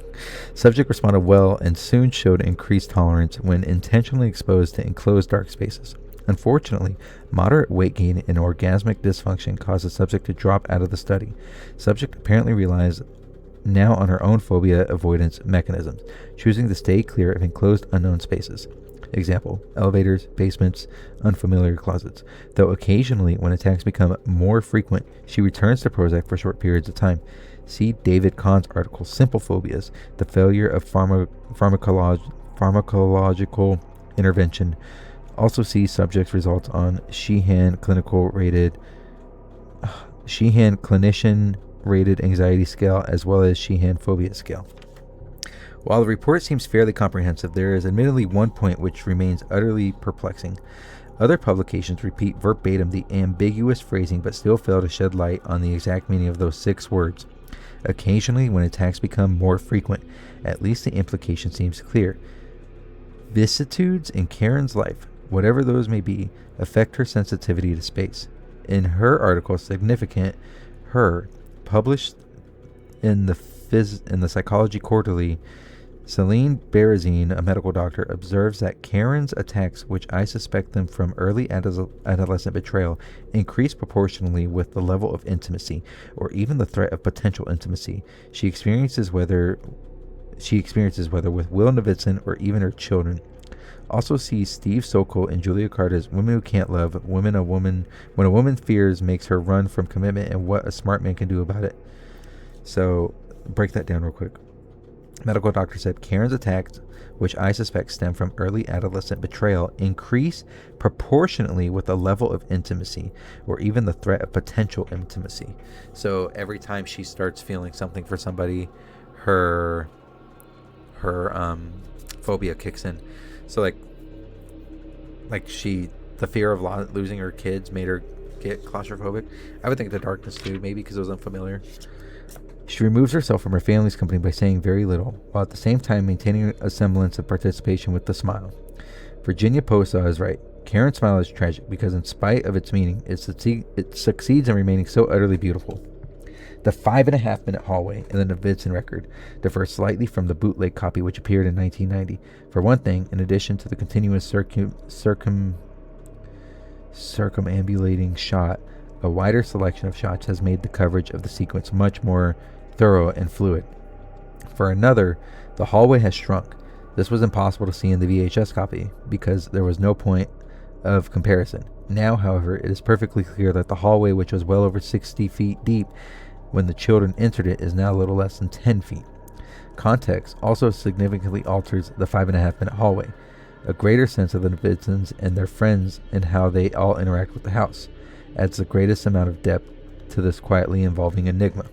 Their personalities almost crowd that place, and suddenly their personalities crowd that place, and suddenly too, as an abrupt jump cut redelivers Tom from Massachusetts and Billy Reston from Charlottesville, the UVA professor once again wheeling around the periphery of the angle, unable to take his eyes off the strange dark corridor. Unlike the Twilight Zone, however, or some other like cousin where understanding comes neat and fast, example, this is clearly a door to another dimension, or this passage to another world, with directions. The hallway offers no answers. The monolith in 2001 seems the most appropriate cinematic analog. Incontrovertibly, there, but virtually inviolate to interpretation. Similarly, the hallway also remains meaningless, though it is most assuredly not without effect. As Novitzin threatens to re-enter it for a closer inspection, Karen reiterates her previous plea and injunction with a sharp and abrupt rise in pitch. The ensuing tension is more than temporary. Novitzin has always been an adventurer willing to risk his personal safety in the name of achievement. Karen, on the other hand, remains the standard bearer of responsibility and is categorically against risk, especially those which might endanger her family or her happiness. Tom also shies from danger, preferring to turn over a problem to someone else, ideally a police officer, fireman, or other state-paid official. Without sound or movement, but by the presence alone, the hallway creates a serious rift in the Novitzin household. Bazine Neoduc suggests that the hallway exudes a conflict-creating force. It's those oily walls radiating badness which maneuver Karen and Will into that nonsensical fight. Neoduc's argument reveals a rather tedious mind. She feels a need to invent some that fucking music scared me. To invent some non-existent dark force, to account for all ill will instead of recognizing the dangerous influence the unknown naturally has on everyone. Let me refocus. It's those oily walls radiating badness which maneuvers Karen and Will into that nonsensical fight. Neoduc's argument reveals a rather tedious mind. She feels a need to invent some non-existent dark force to account for all ill will instead of recognizing the dangerous influence the unknown naturally has on everyone. A couple of weeks pass. Karen privately puzzles over the experience but says very little. The only indication that the hallway has in some way intruded on her thoughts is her newfound interest in feng shui in the film. Footnotes are just references. We can feng shui in the film. We can make out a number of books lying around the house, including The Elements of Feng Shui by Kwok Man Ho and Joanne O'Brien, Element Books, Shaftesbury, blah blah. That's publishing. Feng Shui Handbook, a practical guide to Chinese geomancy and environmental harmony by Deck Walters. Interior design by with Feng Shui by Sarah Rosebach, and the I Ching or Book of Changes, 3rd edition, translated by Richard Wilhelm. There is a particularly tender moment as Chad sits with his mother in the kitchen. She is busily determining the Kua number, a calculation based on the year of birth, for everyone in the family while he is carefully making a peanut butter and honey sandwich. "Mommy," Chad says quietly after a while, how do I get to become president when I grow up?" Karen looks up from her notebook, quite unexpectedly, and with the simple question her son has managed to move her. "You study hard at school and keep doing what you're doing, then you can be whatever you want." Chad smiles. "When I'm president, can I make you vice president?" Karen's eyes shine with affection. Putting aside her feng shui studies, she reaches over and gives Chad a big kiss on his forehead. "How about Secretary of Defense?" During all this, Tom earns his keep by installing a door to close off the hallway.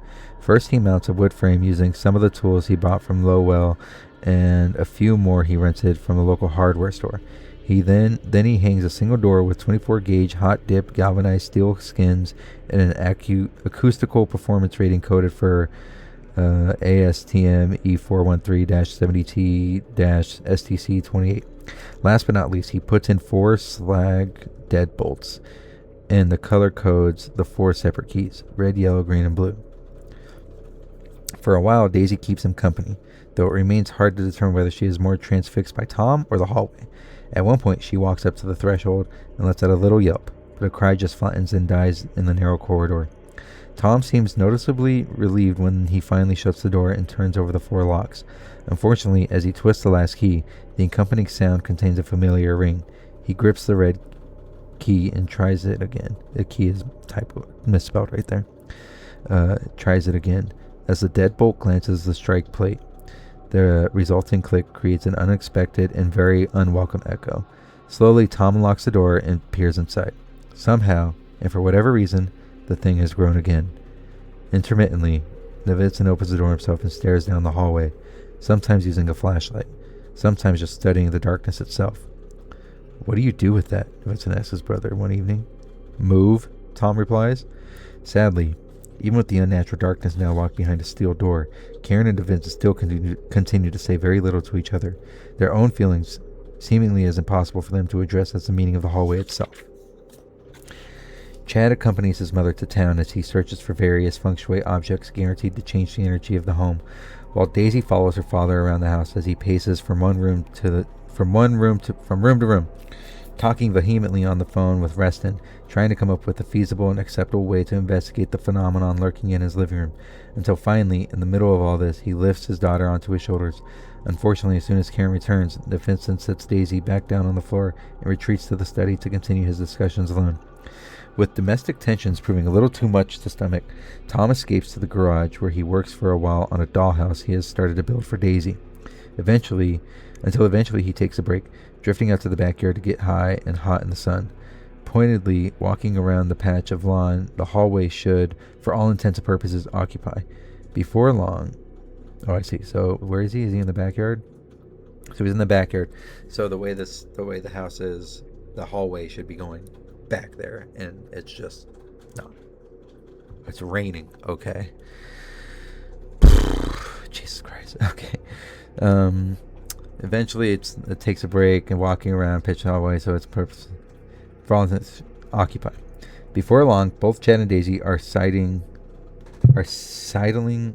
up to this great bear snoring under a tree. And even though they start to tie his shoelaces together, tickle his nostrils with long blades of grass, or use a mirror to focus the sun on his nose, Tom remains remarkably patient. He almost seems to enjoy their mischief, growling, yawning, playing along, putting both of them in a headlock, Chad and Daisy laughing hysterically, until finally all three are exhausted and snoozing into dusk.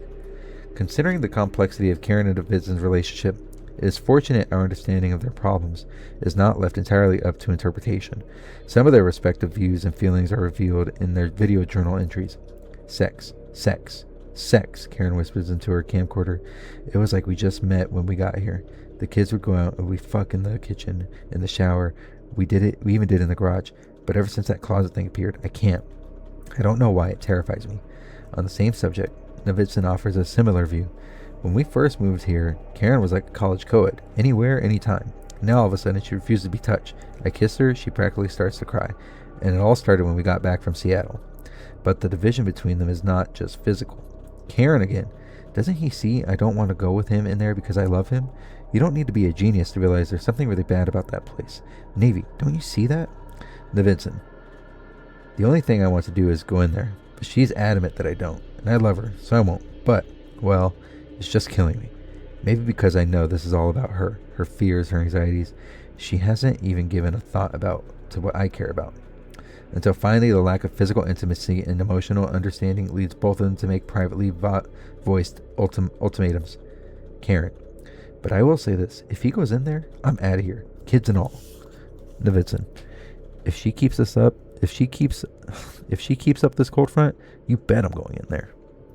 Then one night in early August, in the equally famous Drop In for Dinner, it is a complete coincidence that they happen to be in DC at the same time, but neither one seems to mind the presence of the other. As Blank said, any friend of Navi's is a friend of mine.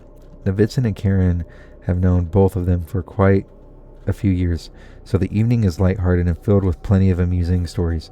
Clearly, Karen and Vincent relish the chance to reminisce a little about some good times when things seemed a lot less complicated. Perhaps a little starstruck. Tom says very little. There is plenty... Perhaps a little starstruck. Tom says very little.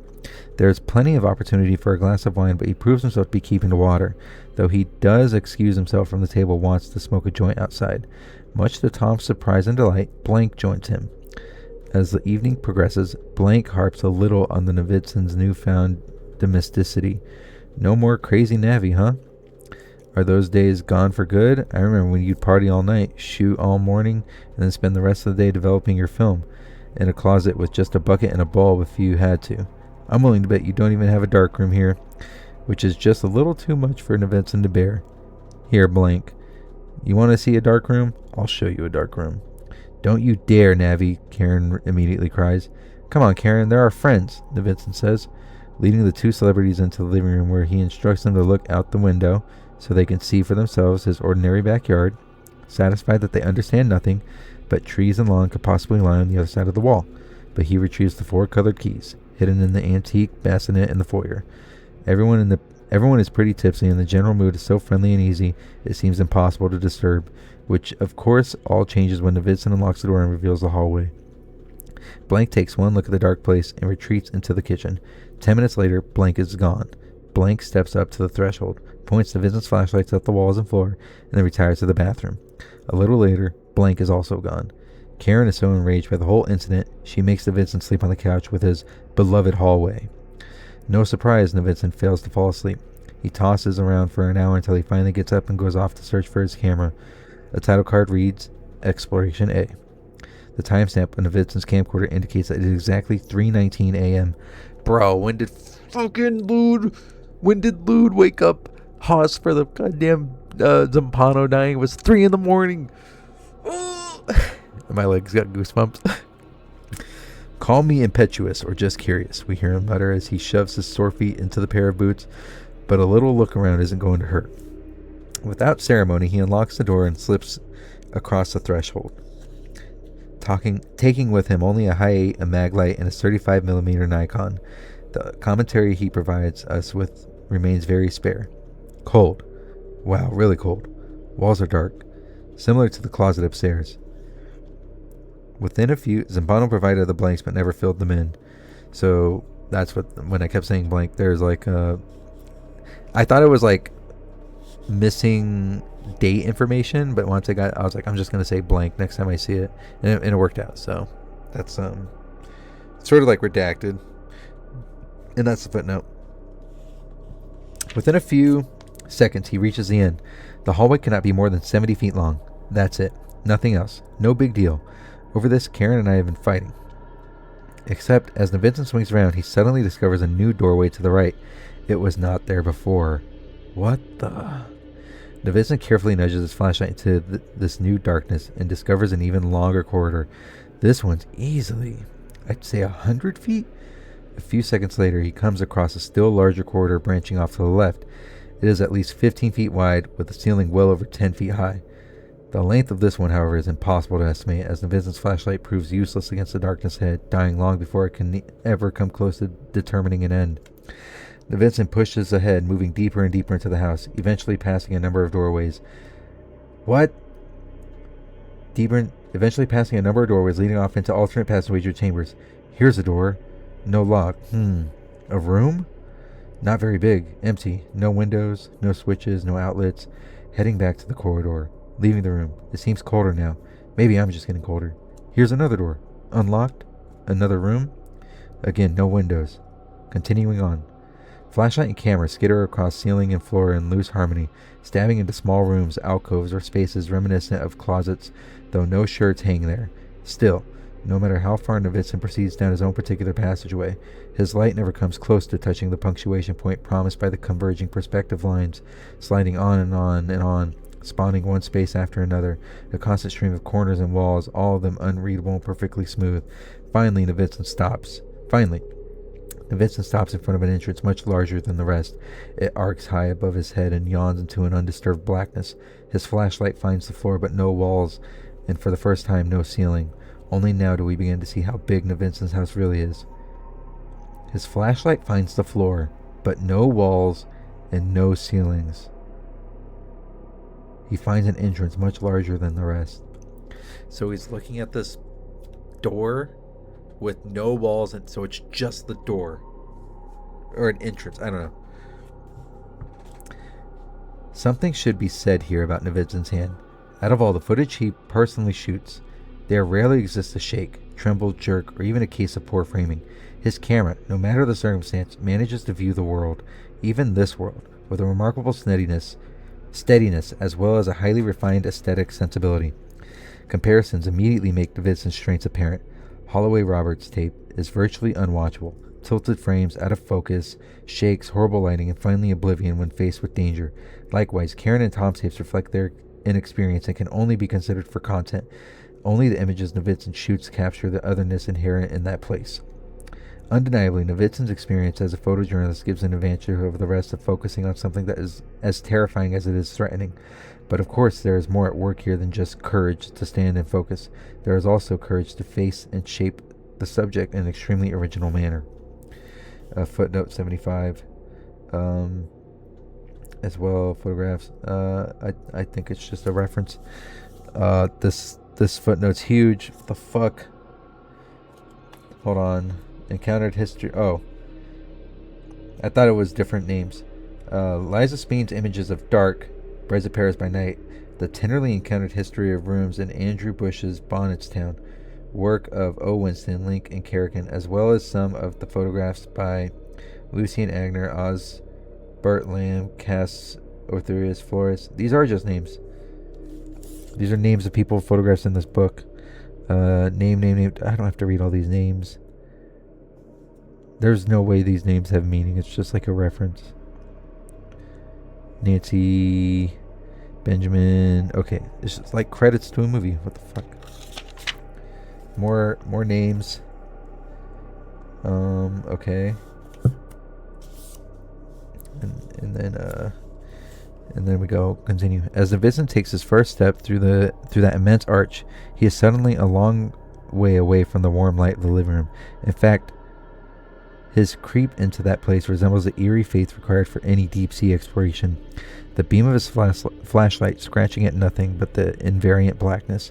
Novitsin keeps his attention focused on the floor ahead of him, and no doubt because he keeps looking down. The floor begins to assume a new meaning. It can no longer be taken for granted. Perhaps something lies beneath it. Perhaps it will open up into some deep fissure. Suddenly, immutable silence rushes to replace what had momentarily shattered it. Novitsin freezes, unsure whether or not he really just heard something growl. I better be able to find my way back, he finally whispers, which, though probably muttered in jest, suddenly catches him off guard. Novitsin swiftly turns around. Much to his horror, he can no longer see that arch, let alone the wall. He has walked beyond the range of his light. In fact, no matter where he points his flashlight, the only thing he can perceive is oily darkness. Even worse, his panic turn and the subsequent absence of any landmarks has made it impossible for him to remember which direction he just came from. Oh God, he blurts, creating odd repeats in the distance. He twists around again. Hey, he shouts, spawning a multitude of A's, then rotates 45 degrees and yells, balls! A long moment of silence falls before he hears a faint halls racing back through the dark. After several more such turns, he discovers a loud, easy returns a Z with the least amount of delay. This is the direction he decides on, and with less than a minute, the beam from his flashlight finds something more than darkness. Quickening his pace slightly, Novitsin reaches the wall and the safety he perceives there. He now faces another decision, left or right. This time, before going anywhere, he reaches into his pocket and places a penny. And then it's more names. And then we have Americans were attending child in the cellar of a house by candlelight. That's the only thing. There's been no other title of a photo. Oh wait, photographs of children at a national school for the blind youth. And then sailing ships in the ice field. So these are photographs of stuff. Dark photos. Was there anything else that we're taking pictures of? Nick, Untitled, 1993, Place to Europe, Natural Buildings, Wisconsin Death Trip.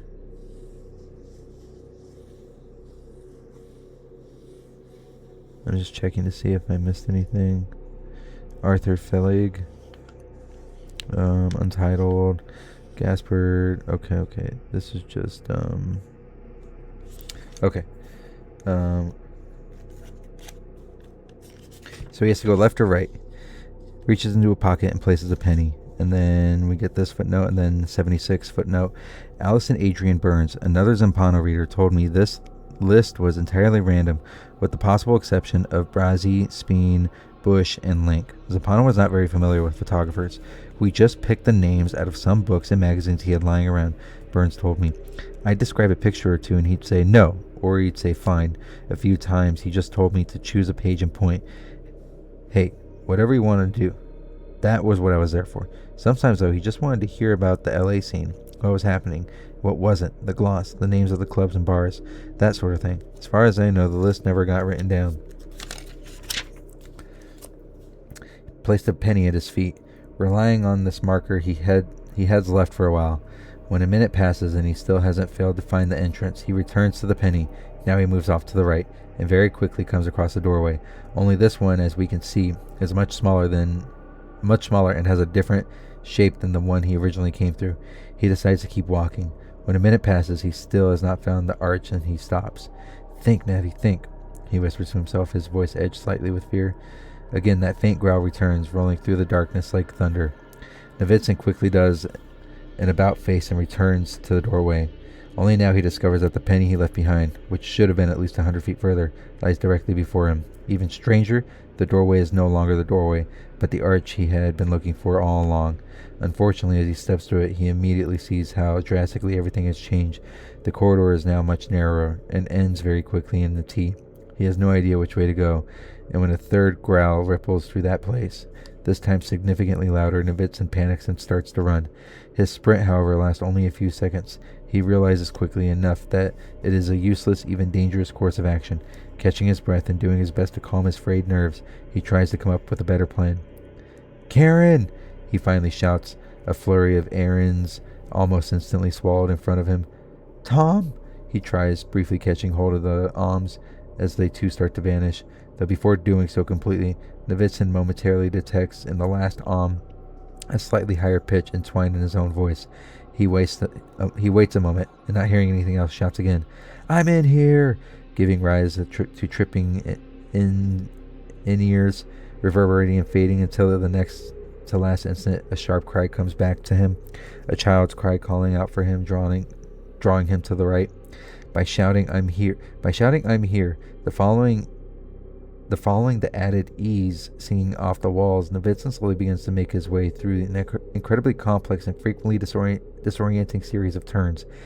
Eventually, after backtracking several times and making numerous wrong choices, occasionally descending into disturbing territories of silence, the voice begins to grow noticeably louder, until finally Novitzin slips around a corner, certain he has found his way out. Instead, though, he encounters only more darkness and this time greater quiet. His breathing quickens. He is uncertain which way to go. Obviously, he is afraid. And then quite abruptly he steps to the right through a low passageway and discovers a corridor terminating a warm yellow light, a lamplight, with a tiny silhouette standing in the doorway, tugging her daddy home with a cry. Emerging into safety of his own living room, Novitzin immediately scoops up Daisy up in his arms and gives her a big hug. "I had a nightmare," she says with a very serious nod. Similar to the Kumbo icefall at the base of Mount Everest, where blue seracs and chasms change unexpectedly throughout the day and night, Novitzin is the first one to discover how that place also seems to constantly change. Unlike the icefall, however, not even a single hairline fracture appears in those walls. Absolutely nothing is visible to the eye provides a reason for even evidence for those terrifying shifts which can in a matter of moment reconstitute a simple path into an extremely complicated one. "Nothing visible to the eye provides a reason." A fitting phrase for what's happened. And to think, my day actually started off pretty well. I woke up having had an almost wet dream about Thumper. She was doing this crazy Margaretha Gertrude Zell dance, veil after colored veil thrown aside, though oddly enough never landing, rather flying around her as if she were in the middle of some kind of gentle twister. These sheer sheets of fabric continuing to encircle her, even as she removes more and more of them, allowing me only momentarily glimpse of her body, her smooth skin, her mouth, her waist, yes, I get that glimpse of that too, and I'm moving towards her, moving past all that interference, certain that with every step I take, I'll soon have her. After all, she's almost taken everything off. No, she has taken everything off. Her knees are spreading apart. Just a few more veils to get past and I'll be able to see her, not just bits and pieces of her, but all of her, no longer molested by all this nonsense. In fact, I'm there already, which means I'm about to enter her, which apparently is enough to blow the circuit, hit the switch, prohibit the sublime and much anticipated conclusion, leaving me blind in the daylight stream pouring through my window. Fuck. I go off to the cuff in the shower. At least the water's hot and there's enough steam to fog the mirror. Afterwards, I pack my pipe and light up. Wake and bake. More like wash and bake. Half a bowl of cereal and a shot of bourbon later, I'm there. My friendly haze having finally arrived, I'm ready for work. Parking's easy to find. On Vista, I jog up the Sunset, even jog up the stairs, practically skipping past the by appointment only sign. Why skipping? Because as I step into the shop, I know I'm not even 1 minute late, which is not usually the case for me. The expression on my boss's face reveals just how astonishing an achievement this is. I couldn't care less about him. I want to see Thumper. I want to find out if she's really wearing any of that diaphanous rainbow fabric I was dreaming about. Of course she's not there. But that doesn't get me down. I'm still optimistic she'll arrive. And if not today, why fuck? Tomorrow's just another day anyway. A sentiment I could almost sing. I immediately sit down at the side counter and start working, mainly because I don't want to deal with my boss, which means jeopardizing my good mood. Of course, he couldn't care less about me or my mood. He approaches, clearing his throat. He will talk, he'll ruin everything, except it suddenly penetrates that chalky material he actually insists on calling his brain, that I'm building his precious points. And sure enough, this insight prohibits his trap from opening, and he leaves me alone. Points are basically clusters of needles used to shade the skin. They are necessary because a single point amounts to a prick not much bigger than this period. Okay, maybe a little bigger. Anyway, 5 needles go into the wall that's called a 5, 7 for 7s, and so on, all soldered together toward the base. I actually enjoy making them. There's something pleasant about concentrating on subtle details, the precision required, constantly checking and rechecking to assure yourself that yes, indeed, the sharps are level in the correct arrangement, ready at last to be fixed in. Place with dots of hot solder. Then I recheck all my rechecking. The point must not be too close, nor too far apart, nor skewed in any way. And only then, if I'm satisfied, which I usually am, though take heed usually does not always mean always, I will scrub the shafts and put them aside to be sterilized later in the ultrasound or autoclave. My boss may think that I can't draw worse shit, but he knows I build needles better than anyone.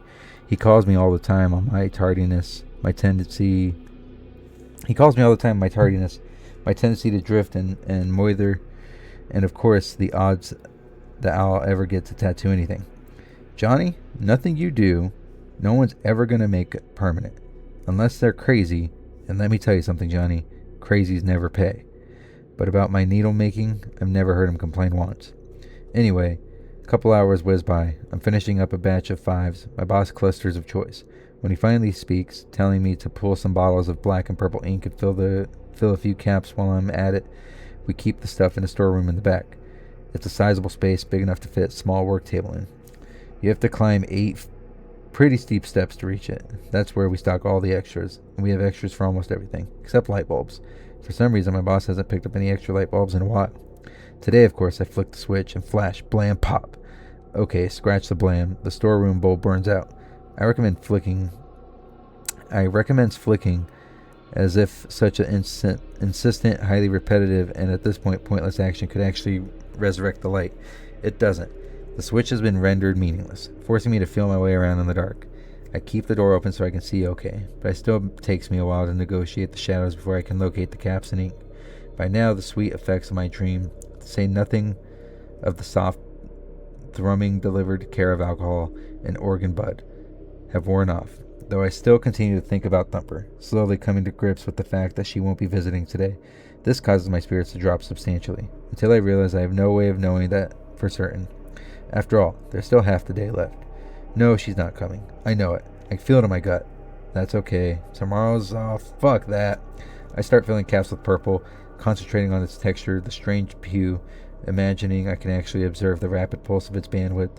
There are stupid thoughts, and as if to confirm that sentiment, darkness pushes in on me. Suddenly, the slash of light on my hands looks sharp enough to cut me. Real sharp. Move and it will cut me. I do move, and guess what? I start to bleed. The laceration isn't deep, but important stuff has been struck, leaking over the table and floor. Lost. I don't have long. Except I'm not bleeding, though I am breathing hard. Real hard. I don't need to touch my face to know there are now beads of sweat slipping off my forehead, flicking off my eyelids, streaming down the back of my neck. Cold as hands of the dead.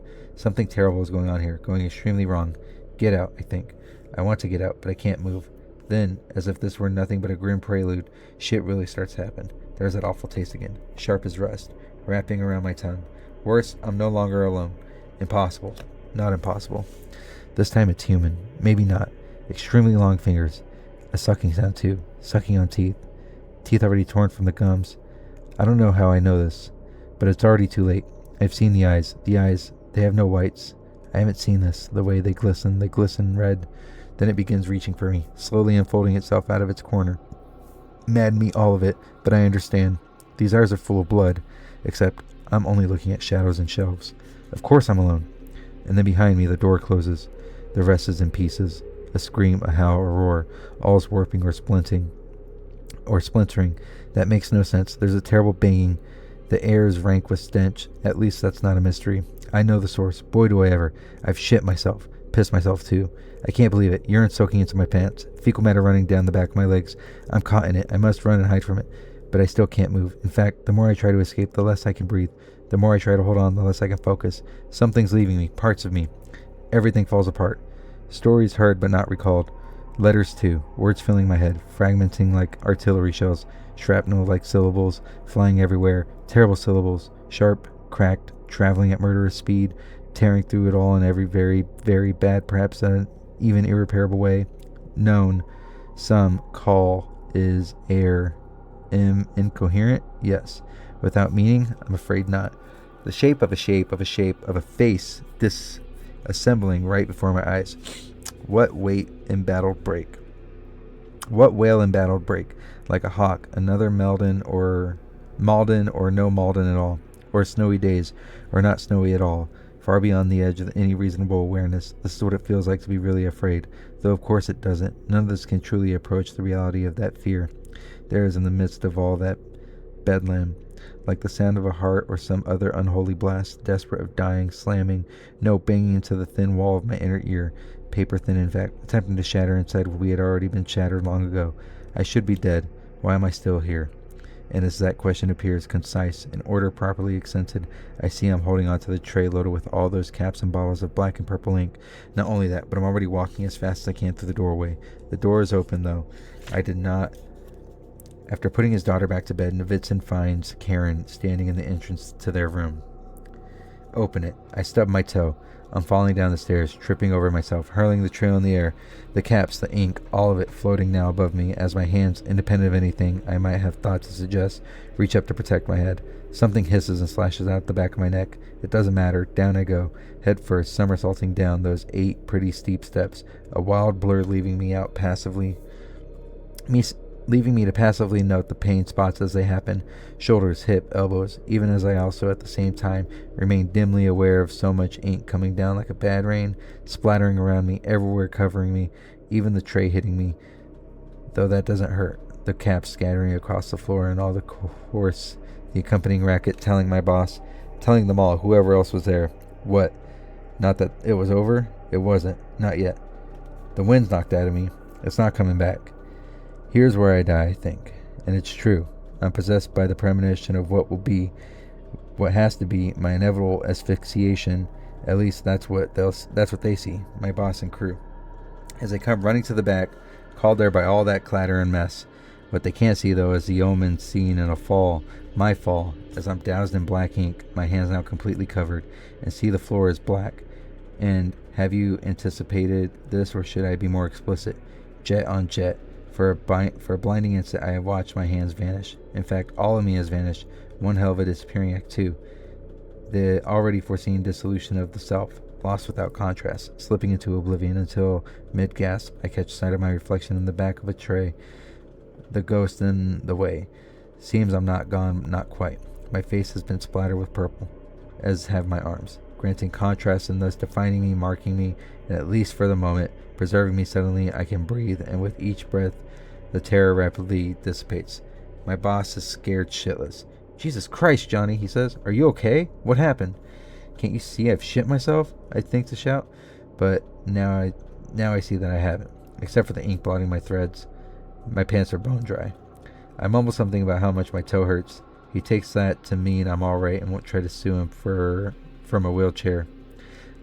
Later, a patron points out the long, bloody scratch on the back of my neck, unable to respond. Now, though, I realized what I should have said in the spirit of the staircase. Known, some call is Aram. Which is to say, I am not what I used to be, thought Mr. Truant's aside. Though Mr. Truant's asides may often seem impenetrable, they are not without rhyme or reason. The reader who wishes to interpret Mr. Truant on his or her own may disregard this note. Those, however, who feel they would profit from a better understanding of his past may wish to proceed ahead and read his father's obituary in Appendix 2-D, as well as those letters written to his institutionalized mother in Appendix 2-E. What's the matter? She murmurs, still half asleep. Go back to sleep, Daisy. Just had a bad dream. Vincent starts to go back downstairs. I'm sorry, Navi, Karen says quietly. I'm sorry I got so mad. It's not your fault. That thing just scares me. Come back to bed. And as they later confide in separate video entries that night, for the first time in weeks, they made love again, their descriptions running the gamut of anything from gentle and comforting to familiar and very satisfying. Their bodies had repaired what words never tried to, and at least for a little while, they felt close again. The next morning, with harmony restored, Vincent could not bring himself to tell Karen about his visit. Fortunately, having nearly gotten lost inside his own house, has for the moment diminished his appetite for its darkness. He promises to turn over the initial investigation to Billy Reston. Then we'll call the New York Times, Larry King, whoever, and we'll move. End of story. Karen responds to his offer with kisses, clinging to his hand. Stability of sorts once again returned into their lives. Still, the compromise is far from satisfying.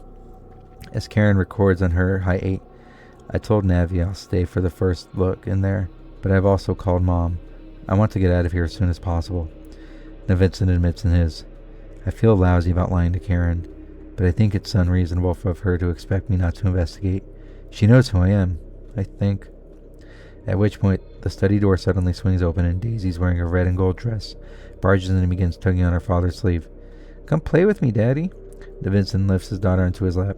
Okay, what do you want to play? I don't know, she shrugs. Always? What's always?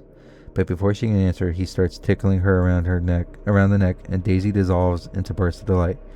Despite the tremendous amount of material generated by Exploration A, no one has ever commented on the game Daisy wants to play with her father, perhaps because everyone assumes it's either a request to play always or just childish neologism. Then again, always slightly mispronounces hallways. Oh my god, it echoes again. Oh, shit. Again, goosebumps. Ooh, it gets me every time. Oh my god. Oh. Jesus Christ. This chapter is only 3 pages long, but this is a 2-hour video. And I powered through because I have to make notes. So we'll do the notes tomorrow. It is 1 a.m. and you can hear my throat start to go like it. I get a sharp pain in the back of my throat. And if I don't drink water or anything, just like, you never realize how much talking it is, but oh man. Did she say hallways? Oh my god. Like, I took it as the first interpretation, like, let's play always, like we can always play. And then with the echo, some people hear hallways. Oh my god. So good. And then he goes down in the darkness. Oh, so I can't wait to get my notes for this one. Preamble next time, gonna be so much fun. Oh, that chapter was so dense. Oh my god. It took a long time. All right. That was part 4 of House of Leaves. I powered through because it was a long fucking journey. And again, we'll start with our notes. I made some jokes here and there. It was a good time. If you made it this far, thank you for listening. Thank you for watching. If one person follows me through this journey, it's worth it, because I just want to keep taking, this is fun, So if you like it, hit like for me. You know, if you have feedback, let me know. And I will see you guys in the next chapter. Have a good night.